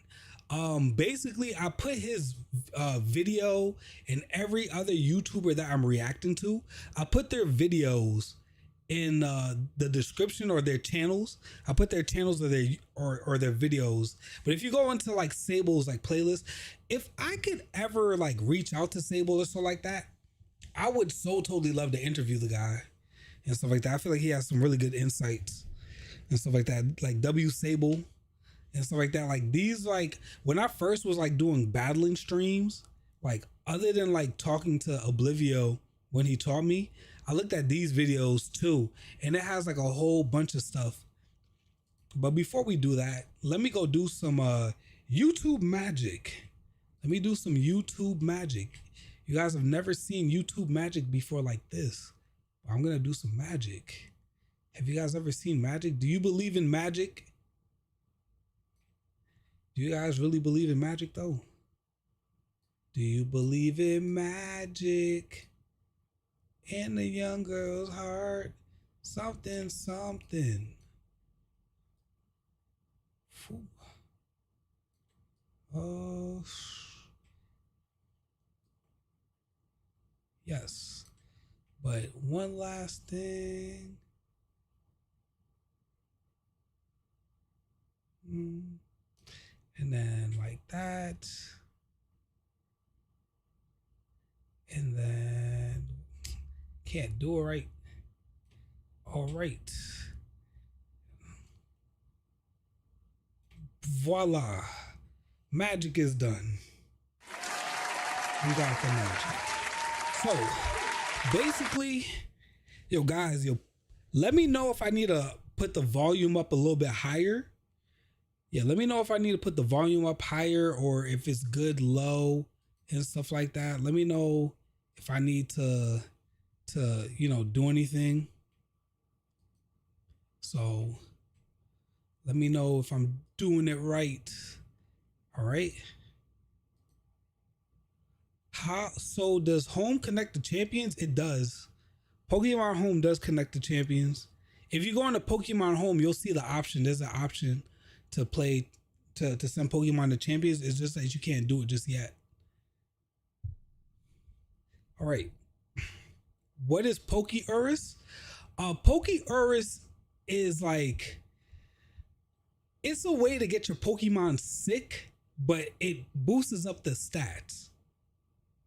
So like, you know what's so crazy? I have Pokemon with Poké-Urus still, and I could infect some people's Pokemons if y'all want me to. But basically, it's a way to like make your EVs or so like that like a lot more stronger, if I remember straight. And like they don't do it like Gen 9, they stopped doing it. They stopped doing it in Gen 9. But like Gen 8 and before, like yo, you could literally like make your stats go crazy. It's been a thing since Pokemon Gold and Silver. But like I forgot how there's a way to enable it or trigger it. But other than that, like it gets infected via other people's Pokemon. So if I have a Pokemon with Pokerus, I can infect your Pokemon with Pokerus. Don't forget to play Pokemon Showdown and break stuff down too. Good practice website. It was good, Starboy Kaze. Welcome in, Starboy. Yeah, Starboy, we're gonna be doing that tomorrow. Like tomorrow, we're gonna be doing the Pokemon Showdown stream before we get to Pokemon Champions. Hopefully it comes out at like 12 a.m. in the morning. Fingers crossed that we get Champions 12 a.m. because like, yo, your boy wants to like stay up. Never heard of Pokerus? Yeah, Pokerus has been a thing for a very, very, very long time. You would just need to know somebody that got it, or you would have to like infect your Pokemon. There are ways to do it, but it's really difficult. It's rare. Like it's really rare to get Pokerus. Yo, Starboy, how's your day today? With your Ursaluna, what it's speed IVs? And I never heard you'll get it by luck, boss. Thank you. Yes, you get it by luck too. But oh, it says it right there. That's why. Okay, it says right there. I think it's one of them. Okay, so this is the first episode, and like I said, it's from Sable. It's from Sable. I'll put copy link, and then let me put this in the chat. Yo, Sable, yo, please do not attack my channel, Sable. I'm doing this for research purposes. Make sure you guys go show Sable some love. Sable, if this gets to you, just know that I really love. What games can you get Pokerus? From Pokemon Gold and Silver all the way to Sword and Shield. Yeah, I could show you guys. I could show you guys it in Pokemon Home. Every game up until Legends Arceus. Okay, until Legends Arceus. But yeah, I could show you guys. I think I have a Pokemon. I just need to find where it's at.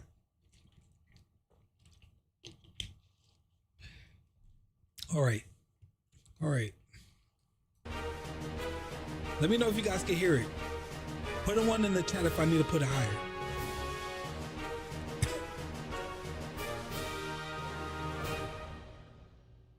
Hello everybody and welcome to my video series on how to play Pokemon. Do you enjoy Pokemon?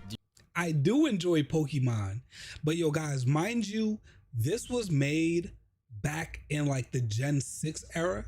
Do you want to enjoy Pokemon? Would you like to learn more about how it works and get a leg up on fellow trainers? Is reading words and sentences simply too boring and sleep-inducing?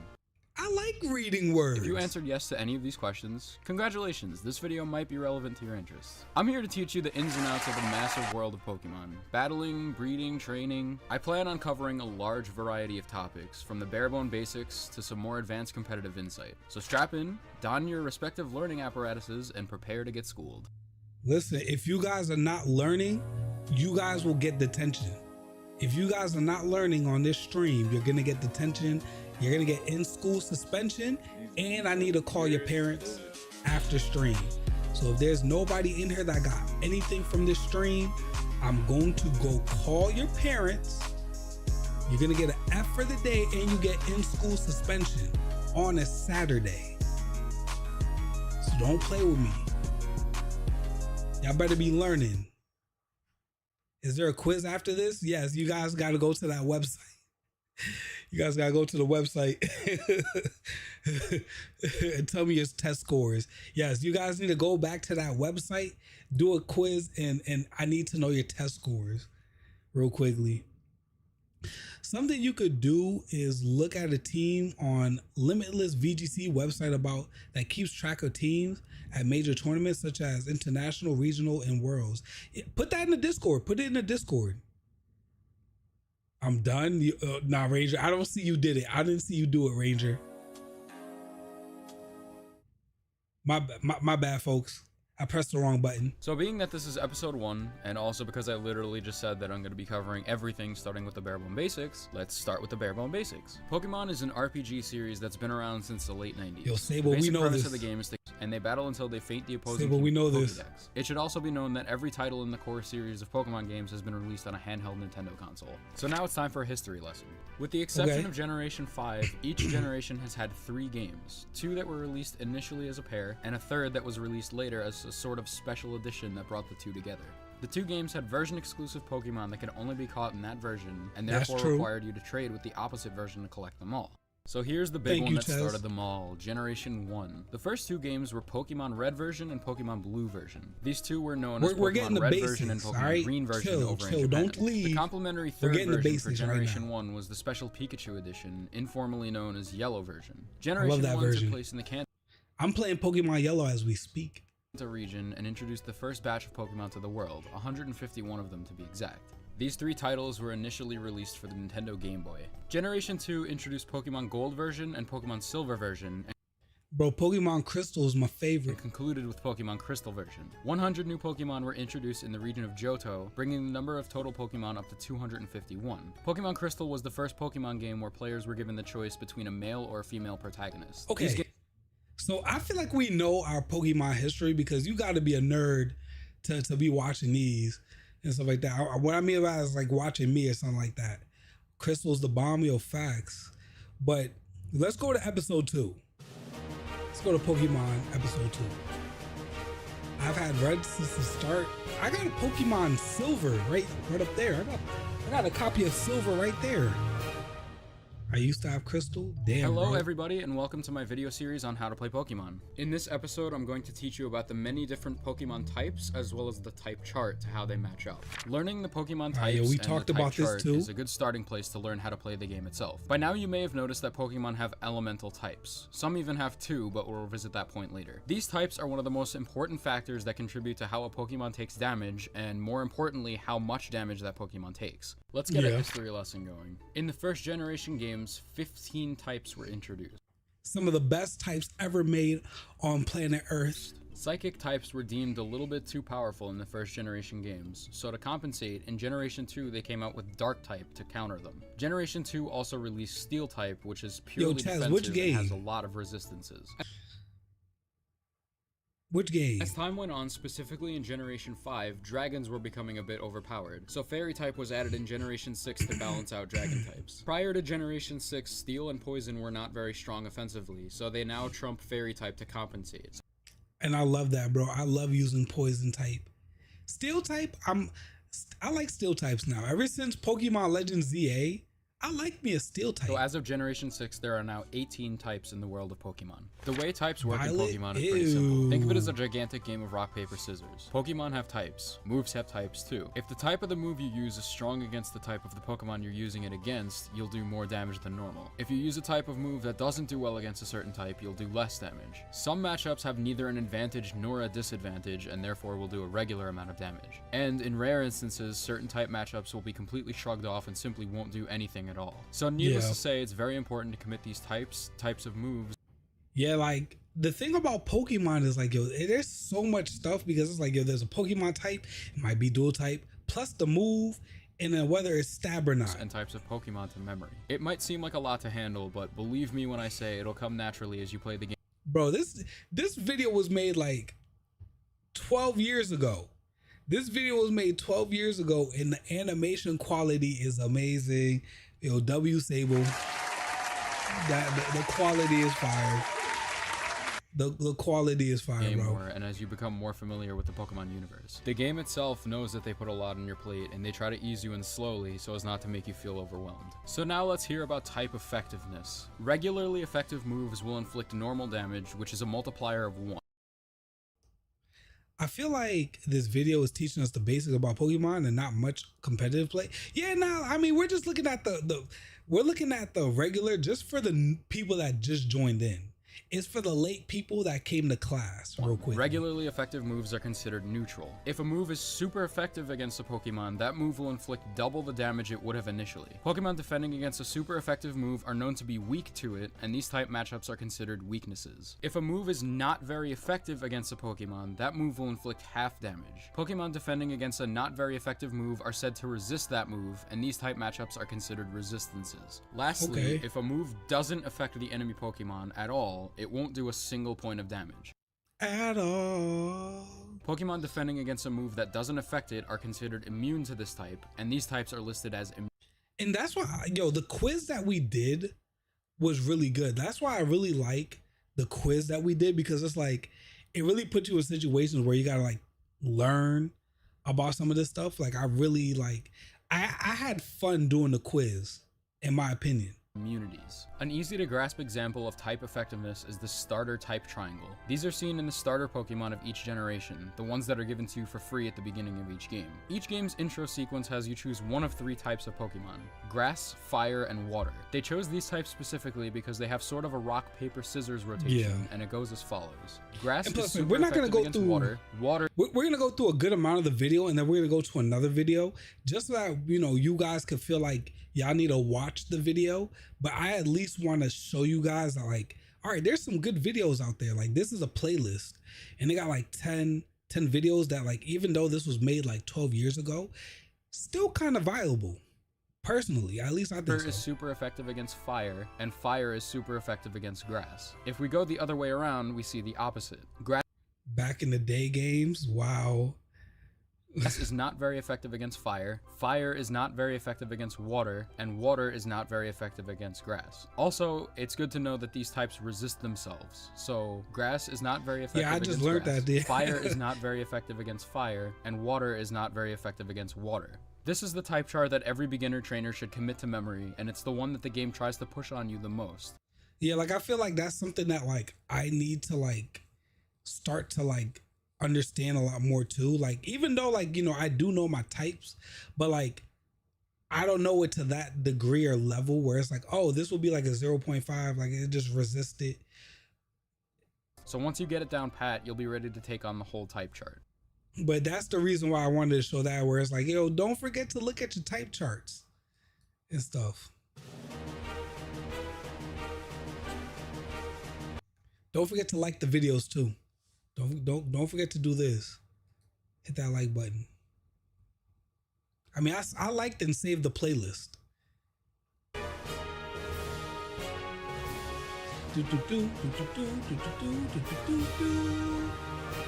Are crunching numbers in order to understand how Pokemon works? Stats are important to know, and understanding the basics of how damage is calculated will put you above a lot of other trainers. There are currently 6 base stats in Pokemon: HP, attack, defense, special attack, special defense, and speed.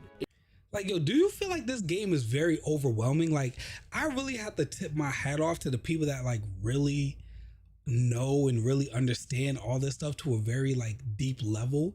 Because when I tell you, bro, like, there's so much stuff that you have to, like, understand about this game. And there's so many, like, small, minimal things that you're just like, oh, I didn't even know that was a thing.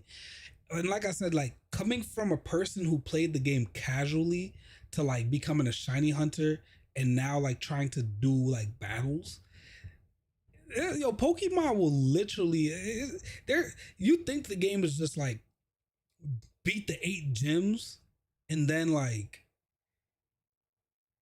that's it, like, go beat the Elite Four. But, like, like, when it comes to shiny hunting, and then if you want to get into VGC, like, there's just a lot. Not at all. Texas, I don't agree with you, Texas. I found out how base stats are calculated last night, and it's actually more simple than it sounds. All right, give us the math.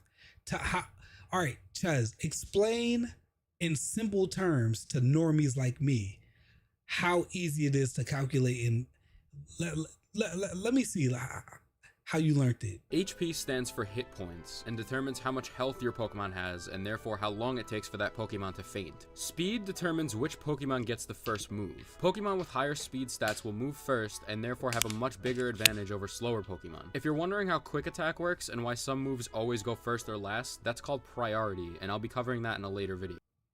Which, like, bro, he does cover really good. Attack, defense, special attack, and special defense are all related to damage and resilience. Attack and defense both go hand in hand, as do special attack and special defense. Conveniently placed history lesson. All right, I'm ready for this history lesson. I need to learn some history. In Generation 1, attack and defense existed separately, but special attack and special defense were originally one combined stat, simply called special. Pokemon that had high specials such as Alakazam, Gengar, and Chansey could dish out loads of special damage while being able to sponge it all the same. As she stands currently, it would seem that Chansey was by no means meant to be an offensive Pokemon, but rather a defensive one. However, because there didn't exist 2 separate stats, there was no way to distinguish this, and this led to some balancing issues. Which is why they probably split it in Gen 4. Thus, in Generation 2, the special stat was replaced by both special attack and special defense. So now here we are, 4 separate stats. Moves that require something to make physical contact with the other Pokemon use attack to calculate damage. And Take a Pokemon with base stats, attack of 135 like Koraidon. At level 50, no EVs, no IVs, natural nature. The Koraidon will have 140 attack, meaning no IVs, no EVs. Natural nature at level 50 adds 5 to the base. Okay. All right.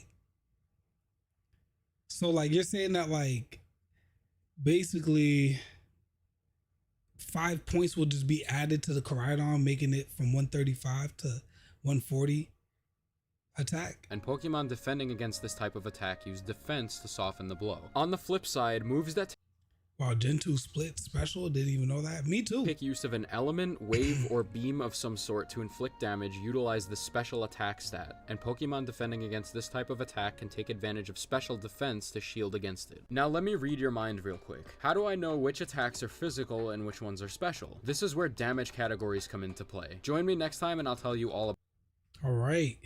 Yeah, like I said, yo, these videos are pretty straight to the point, really simple. And like I said, I'm like, yo, bro, I'm surprised he's at 1.54, bro. I thought, yo, these videos are very informational even to this day, bro. My guy needs at least about 50K subscribers. Okay, and let's look at this one. How to play damage categories. Watch this one. Last seen that one yet, I ties in with the last one pretty closely. If you haven't seen that one yet, I highly recommend you do before you watch this one. Last time we determined that there's a physical attack and defense and a special attack and defense. Yeah, now we learned that. So that begs the question, how does the game separate these two types of attacks? Yeah. The answer is damage categories. Damage categories are the way moves and damage are classified, and they determine how Pokemon are able to defend.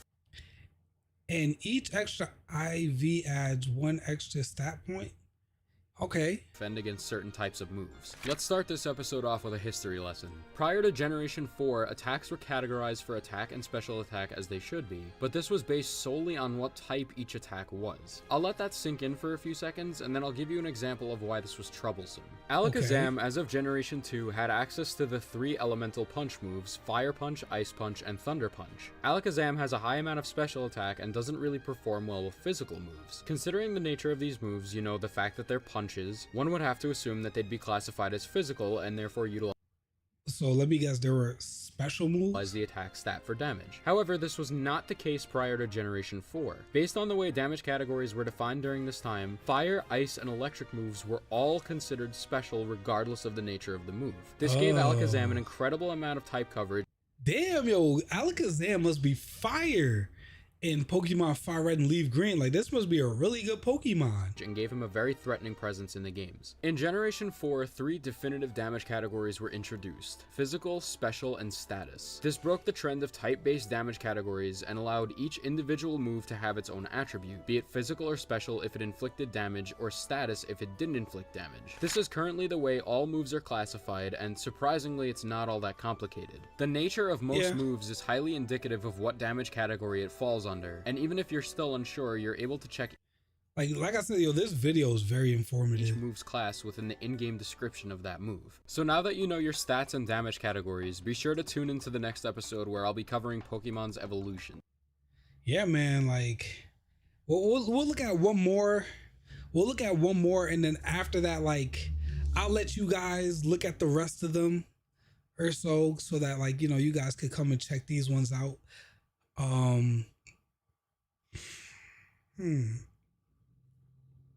Let's look at priority. Yeah,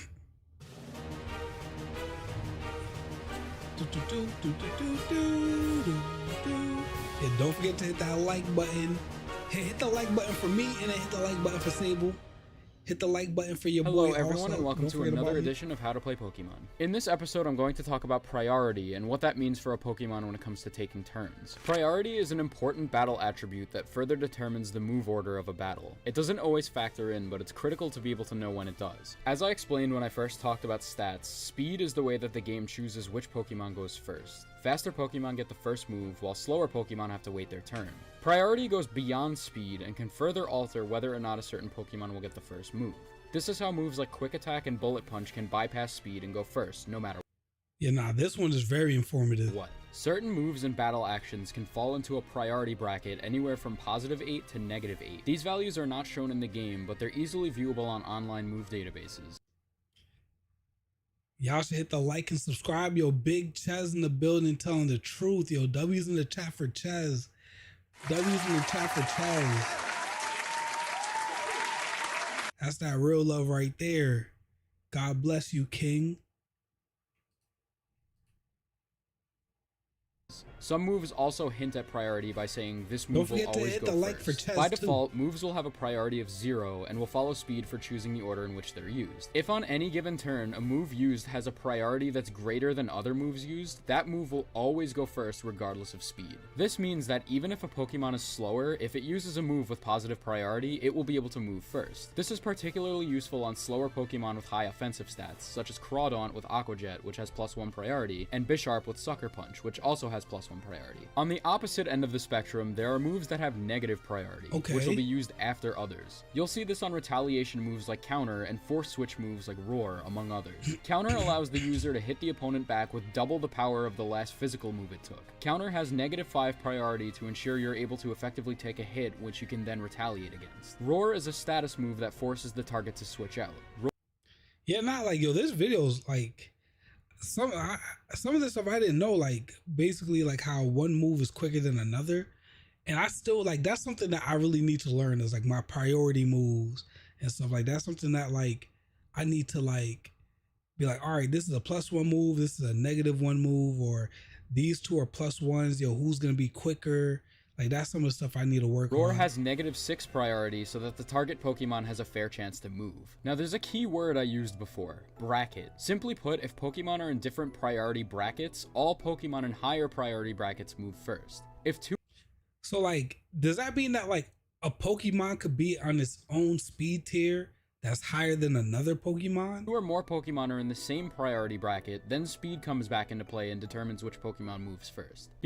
And does that mean that the Pokemon itself, or do they mean like if I use like a Tailwind or something? An example. An Infernape is going up against a Sharpedo. Infernape is naturally faster than Sharpedo, and by default, both Pokemon are in priority bracket 0. Infernape is about to use Mach Punch, and Sharpedo is about to use Aqua Jet. Mach Punch is a +1 priority move, as is Aqua Jet. This puts both Infernape and Sharpedo in the +1 priority bracket. Did you see the release times were shown? Was it on Twitter? Do I gotta go on Twitter real quickly? Let me see. Let me see if bro, like I gotta see this. Is it on Twitter or something like that? Formerly known by X. There's a system update for the Switch soon. Okay, cool. There's a system update. We better get themes. We better get some themes. Okay, I found it. Do. God bless you. W's in the chat for Big Sarge. What's good, Geohan? Yo, learning VGC is lit. Yo, big facts. Yo, Geohan. Yo, welcome in, Geo. W's in the chat for Geo in the building. What's good, Geo? Hurry up, my guy. Hit up that central links. Yo, bro. All right. Yeah, nah, like W's in the chat for Sarge. Yo, our local PokeTuber. W's in the chat for my guy. Do you already know how Pokemon competitive singles work at least? Like Geo, right now I'm looking at VGC, but I feel like single battles is I feel like VGC is like different than singles, because it's like, yo, we play singles all the time, but singles is its own thing too. But like, I'm gonna say, okay, to answer your question, yes. Maybe, but yes. Or so like, cause like I feel like if you play singles all the time. But yo, guys, yo, look at this right here, bro. I just mean like how the moves and abilities work. Yo, Gio, yo, we've been all stream, like just like doing it. Like Gio, there's a couple websites because that helps a lot. Yo, no, I've been looking at some of these websites, Gio. I could drop some of the links in the chat for you too if you want.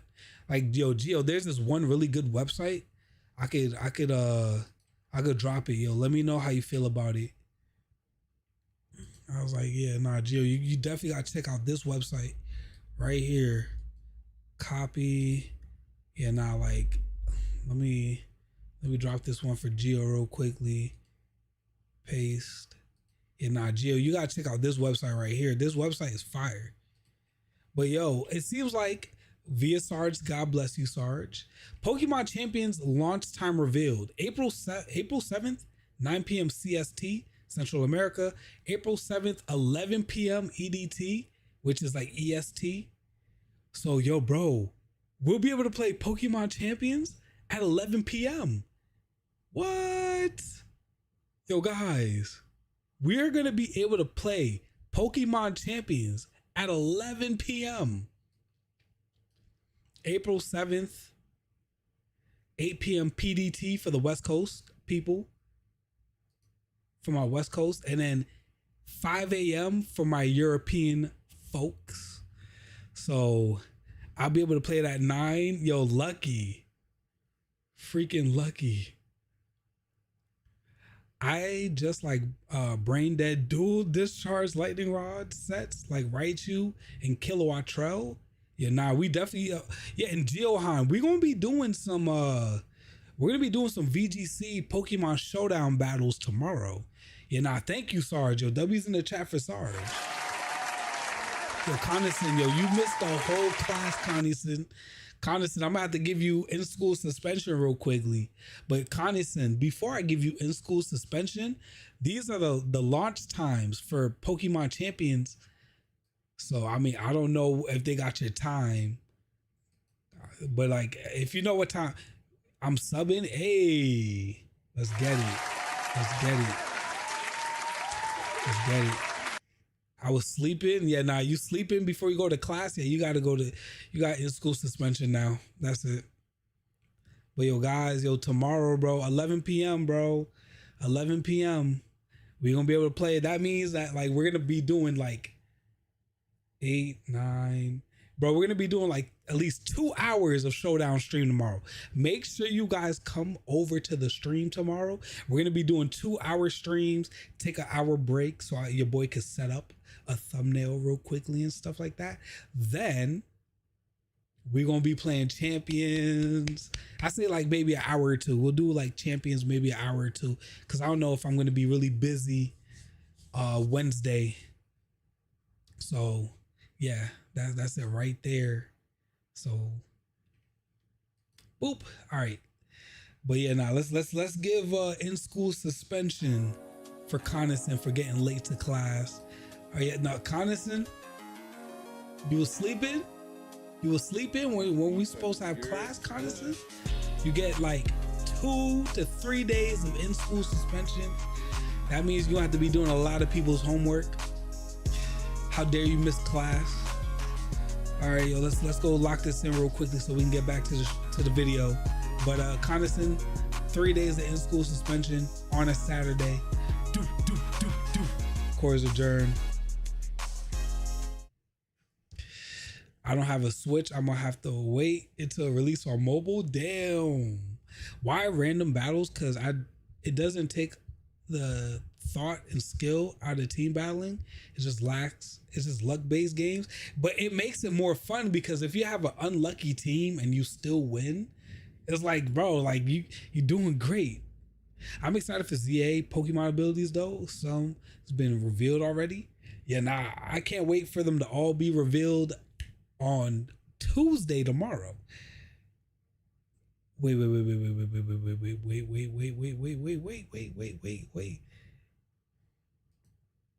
Today's the 6th. Wait, I gotta go back. I gotta go back to Twitter.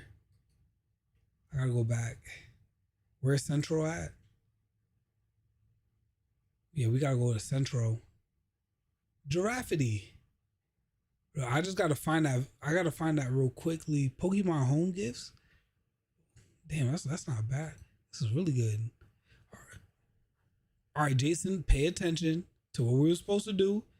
Yo, can I find it real quickly? Yo, I'm just trying to find it real quickly so that we can continue. Cause I was like, wait, April 7th is tomorrow, which is not the case.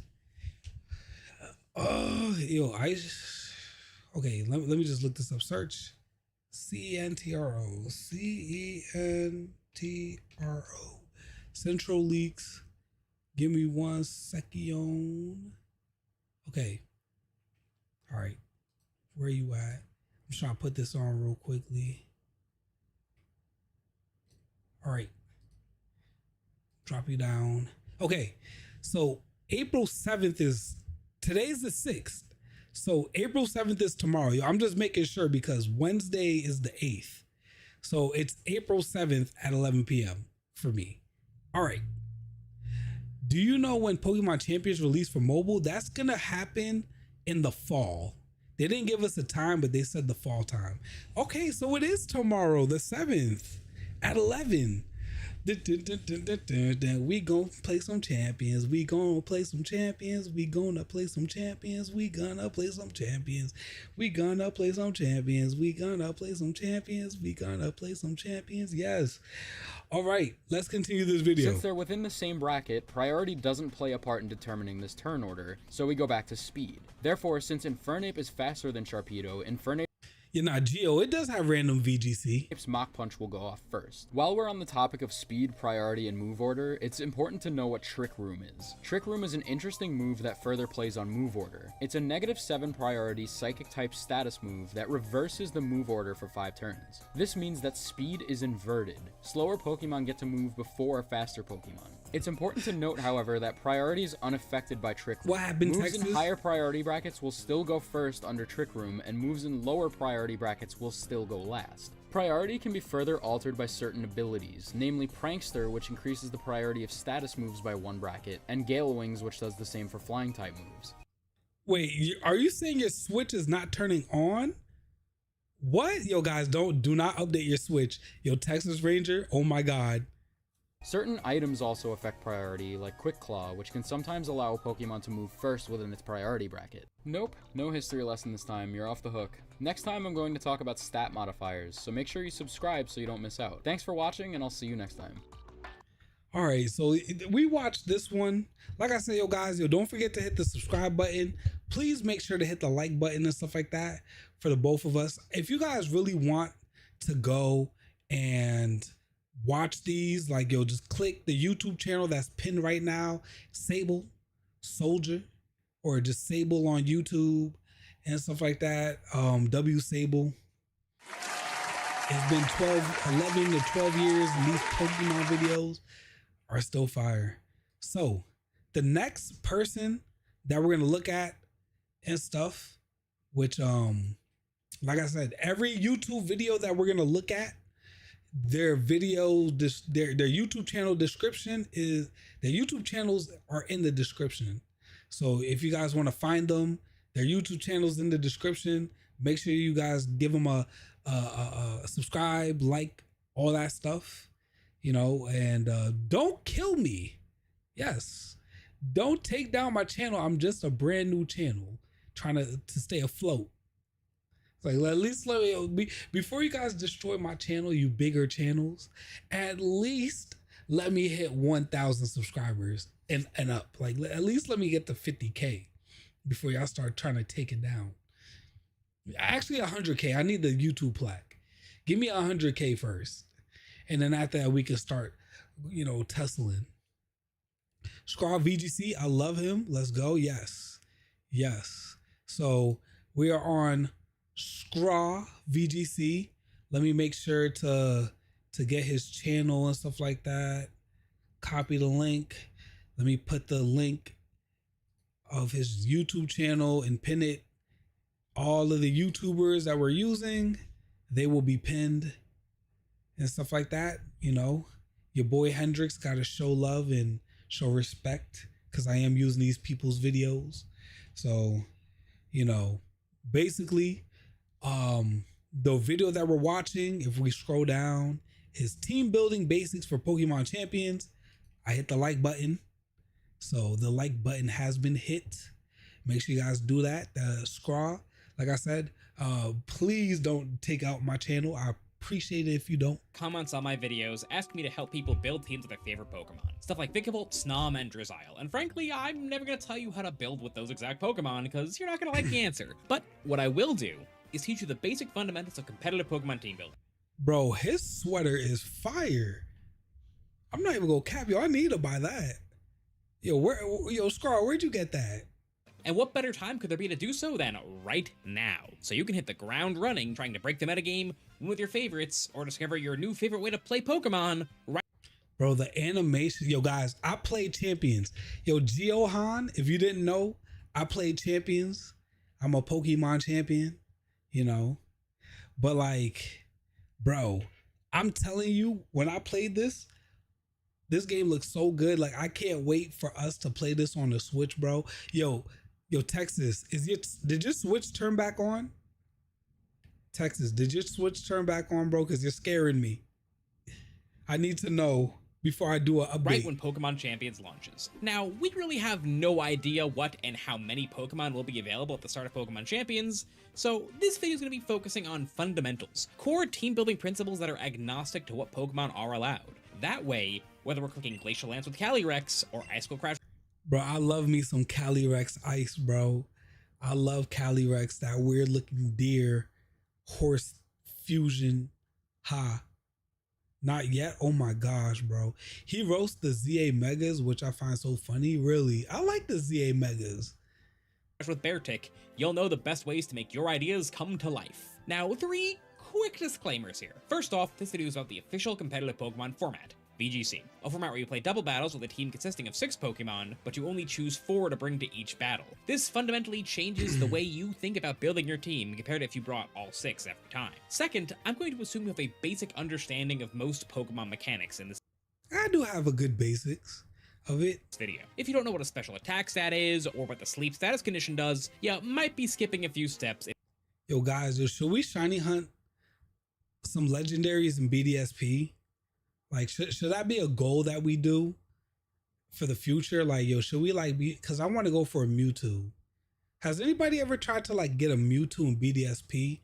And if you have, let me know. If you're already trying to jump into building your own competitive teams. Finally, I'll be using examples from current or recently past Scarlet and Violet metagames to illustrate concepts. But it is extremely important to understand that they are illustrations, and that which specific Pokemon are best on a team are often the result of the pool of available Pokemon and the current metagame. So if I'm sitting here talking to you about a Tornadus and a team, the point isn't to say that if those 2 Pokemon are available in Pokemon Champions, you should use them together. It might be the case, but that's not the point I'm trying to make. With all that out of the way, let's break it down. Let's start with the most fundamental part of team building, defensive synergy. Anyone who's played Pokemon in even the most casual sense is aware of how Bro, speaking about BDSP, there we go right there. important type matchups are. And that's true here too. If all your Pokemon are weak to the same type, you're gonna have a really hard time executing your game plan. So what is the best way to make sure your team has a strong defensive backbone? The most basic way to do this is to make use of something called a core. Generally, when someone talks about a defensive core in Pokemon, they mean a group of 3 to 4 Pokemon that have good type synergy defensively. The most common core is the Fire, Water, Grass core, usually consisting of a Fire type like Arcanine or Incineroar, Grass type like Rillaboom or Amoonguss, and Water type like Urshifu or Palafin. If you're trying to remove my Incineroar with a Water or a Ground type move, I have the option to switch my Incineroar out for my Rillaboom, whose Grass Okay, that makes a lot of sense. typing would allow me to take either of those hits really well. The same goes for Fire type moves meant for my Rillaboom, or Grass type moves meant for my Urshifu. The 3 cover each other really well. Often the best versions of these Fire, Water, Grass cores will have Pokemon on them that reward you for switching repeatedly, so that you're still Incineroar the go to VGC, apparently. advancing your own game plan while making these defensive switches. For example, Incineroar and Arcanine both have Intimidate, which weaken your opponent's Pokemon whenever you switch in, and Amoonguss has Regenerator, so it heals itself by switching off the field. Makes sense, right? Fire, Water, and Yo, Amoonguss has a really good ability. Grass aren't the only 3 types that make up a strong defensive core. The other most common is something people often call the Fantasy Core. The core of a Steel type, Dragon type, and Fairy type, because they all switch in for each Oh, I like that core. other well. When you're building a defensive core, you need to remember that the Pokemon on it need to be built to take a hit. For example, if I took a common defensive core and swapped out the Incineroar for a Chi-Yu, a Pokemon that has the exact same typing, I might find that as I switch it in over and over, like my Incineroar, my poor little Goldfish is going down to resisted and neutral hits that my Incineroar would have been able to tank over and over and over again. So far, we've been talking about defensive synergy purely in the form of type matchups, but two Pokemon may have synergy with each other defensively even if their typing doesn't line up super well in a vacuum. For example, take Chin-Pao and Ogerpon Wellspring. These two Pokemon don't have great type synergy, and Okay. Ice and dark, grass and water, and the resistance for ghost, ice, dark, psychic, ground, steel, water, and then they're weak to, all right, there's more weaknesses, more to Chin-Pao, or whatever freaking, yeah, it's Chin-Pao, fighting rock, bug. They only share bug. Yeah, they only really share bug. in fact, their resistances barely cover each other's weaknesses, and they share a weakness in Bug, but in the context of several Scarlet and Violet metagames, they've been strong together, because Wellspring Ogerpon has a good matchup into Urshifu Rapid Strikes, one of the only Pokemon in the metagame that can one-hit KO Chin-Pao despite its ever-present Focus Sash. Defensive types that come in pairs like this are really strong, and often supplemented even further by a traditional defensive core. Another example is Goldengo and Hydreigon's perfect I dare you to let me build you a completely What free the freak is e-commerce this? store. Yo, that preloaded scared the with smoke 20 out of me. hand-picked products that are trending all over the world, Yo. basically validated by AI. defensive synergy. Yo, what the? That was so random. I was like, yo, what the hell just happened to my computer, yo? It just went black. I'm not gonna cap. Like, I was like just watching the video, I was just like stuck. I was like, oh, this is such a good video. I'm sitting down, just not saying nothing out of nowhere, because like I'm so used to having YouTube Premium that like, bro, this ad just like really just threw me off. Are we becoming world champs? Yes, sir. Mouse Illuminati. Everybody welcome in Mouse Illuminati. What's good, Mouse? Chin-Pao is feral. The Ogerpon Wellspring is bulky, so that's why it's follow me. I like follow me. I love that move. Yo. But what's good, Mouse Illuminati? Because of Hydreigon's ability Levitate, making it immune to ground, these two Pokemon switch into each other's weaknesses flawlessly, resisting or being immune to all of their partner's weaknesses. I've never really thought of that though. Like, I've never really thought of like, okay, when I build a team, let me make sure to like, okay, like if it's like ground, steel, like stuff like that, that's stuff that I've never like really put into account, to be honest. Yo, and thank you, Sonny. Yo, we have hit the like goal. Thank you, everybody, for hitting the like goal. Please make sure to hit the subscribe button if you have not subscribed just yet. Yeah, Pokemon Champions is coming out 11 p.m. EST tomorrow. Yo, Annie Jack, Johnny, thank you so much for informing us and stuff like that. Yeah, Sarge came a little bit early and told us that Pokemon Champions is going to be at 11 p.m., which means that your boy is gonna probably do the Showdown stream. If you guys want to play Pokemon Showdown, make sure that you guys come at 8 p.m. so I can get everybody, because the moment that we hit 10 o'clock, bro, we're gonna like pause and then we're gonna get ready for Pokemon Champions, if you know what I mean. So plus I gotta see if I could pay, like hopefully I could purchase it beforehand and not like afterwards, but yeah, nah. Whoops, I did not mean to take you out of court. Nobody's in trouble.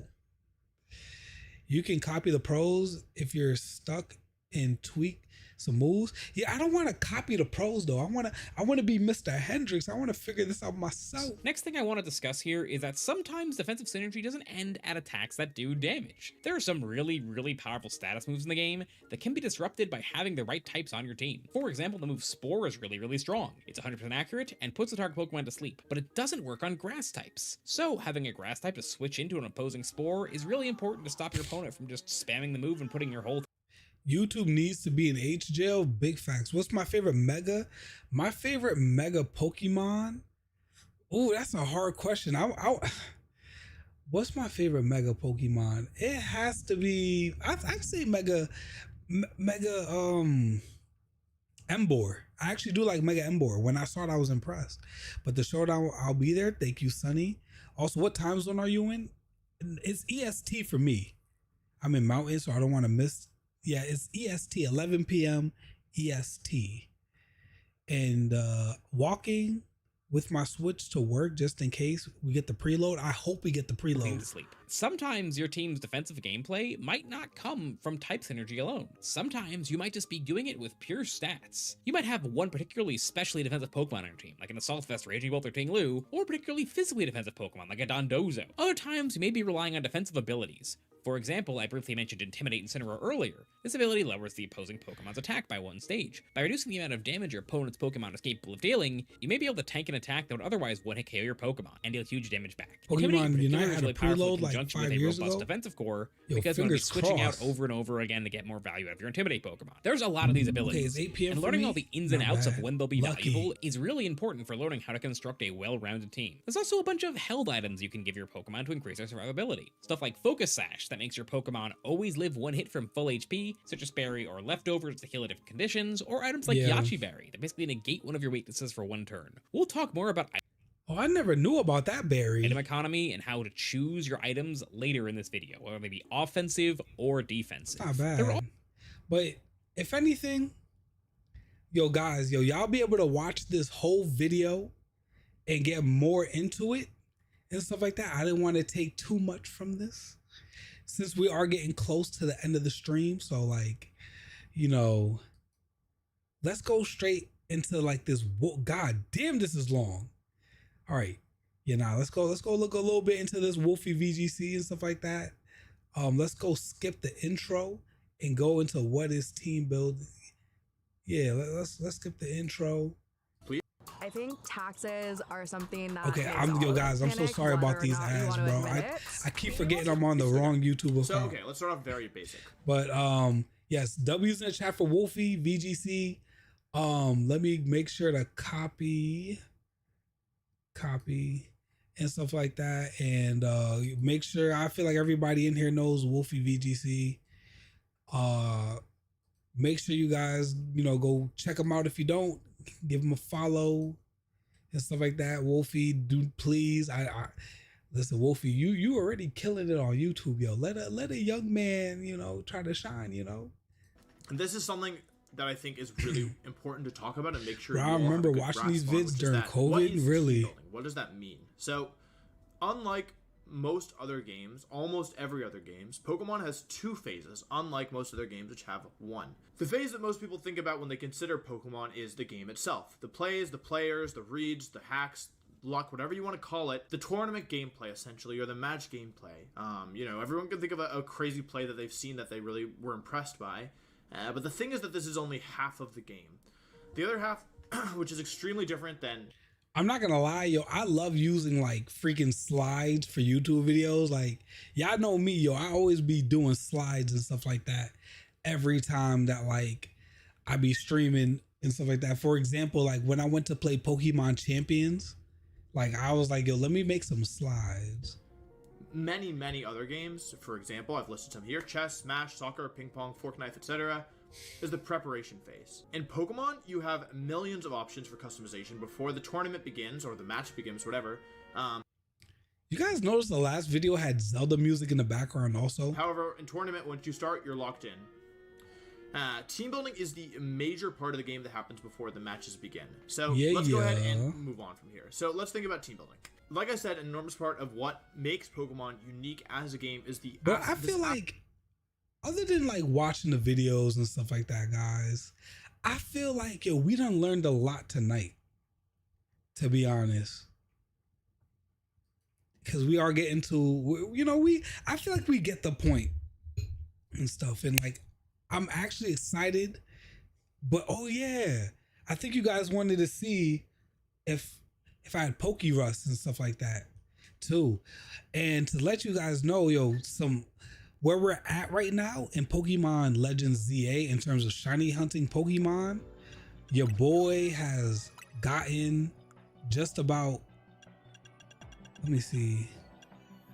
Let me make sure to get these guys shiny. real quickly.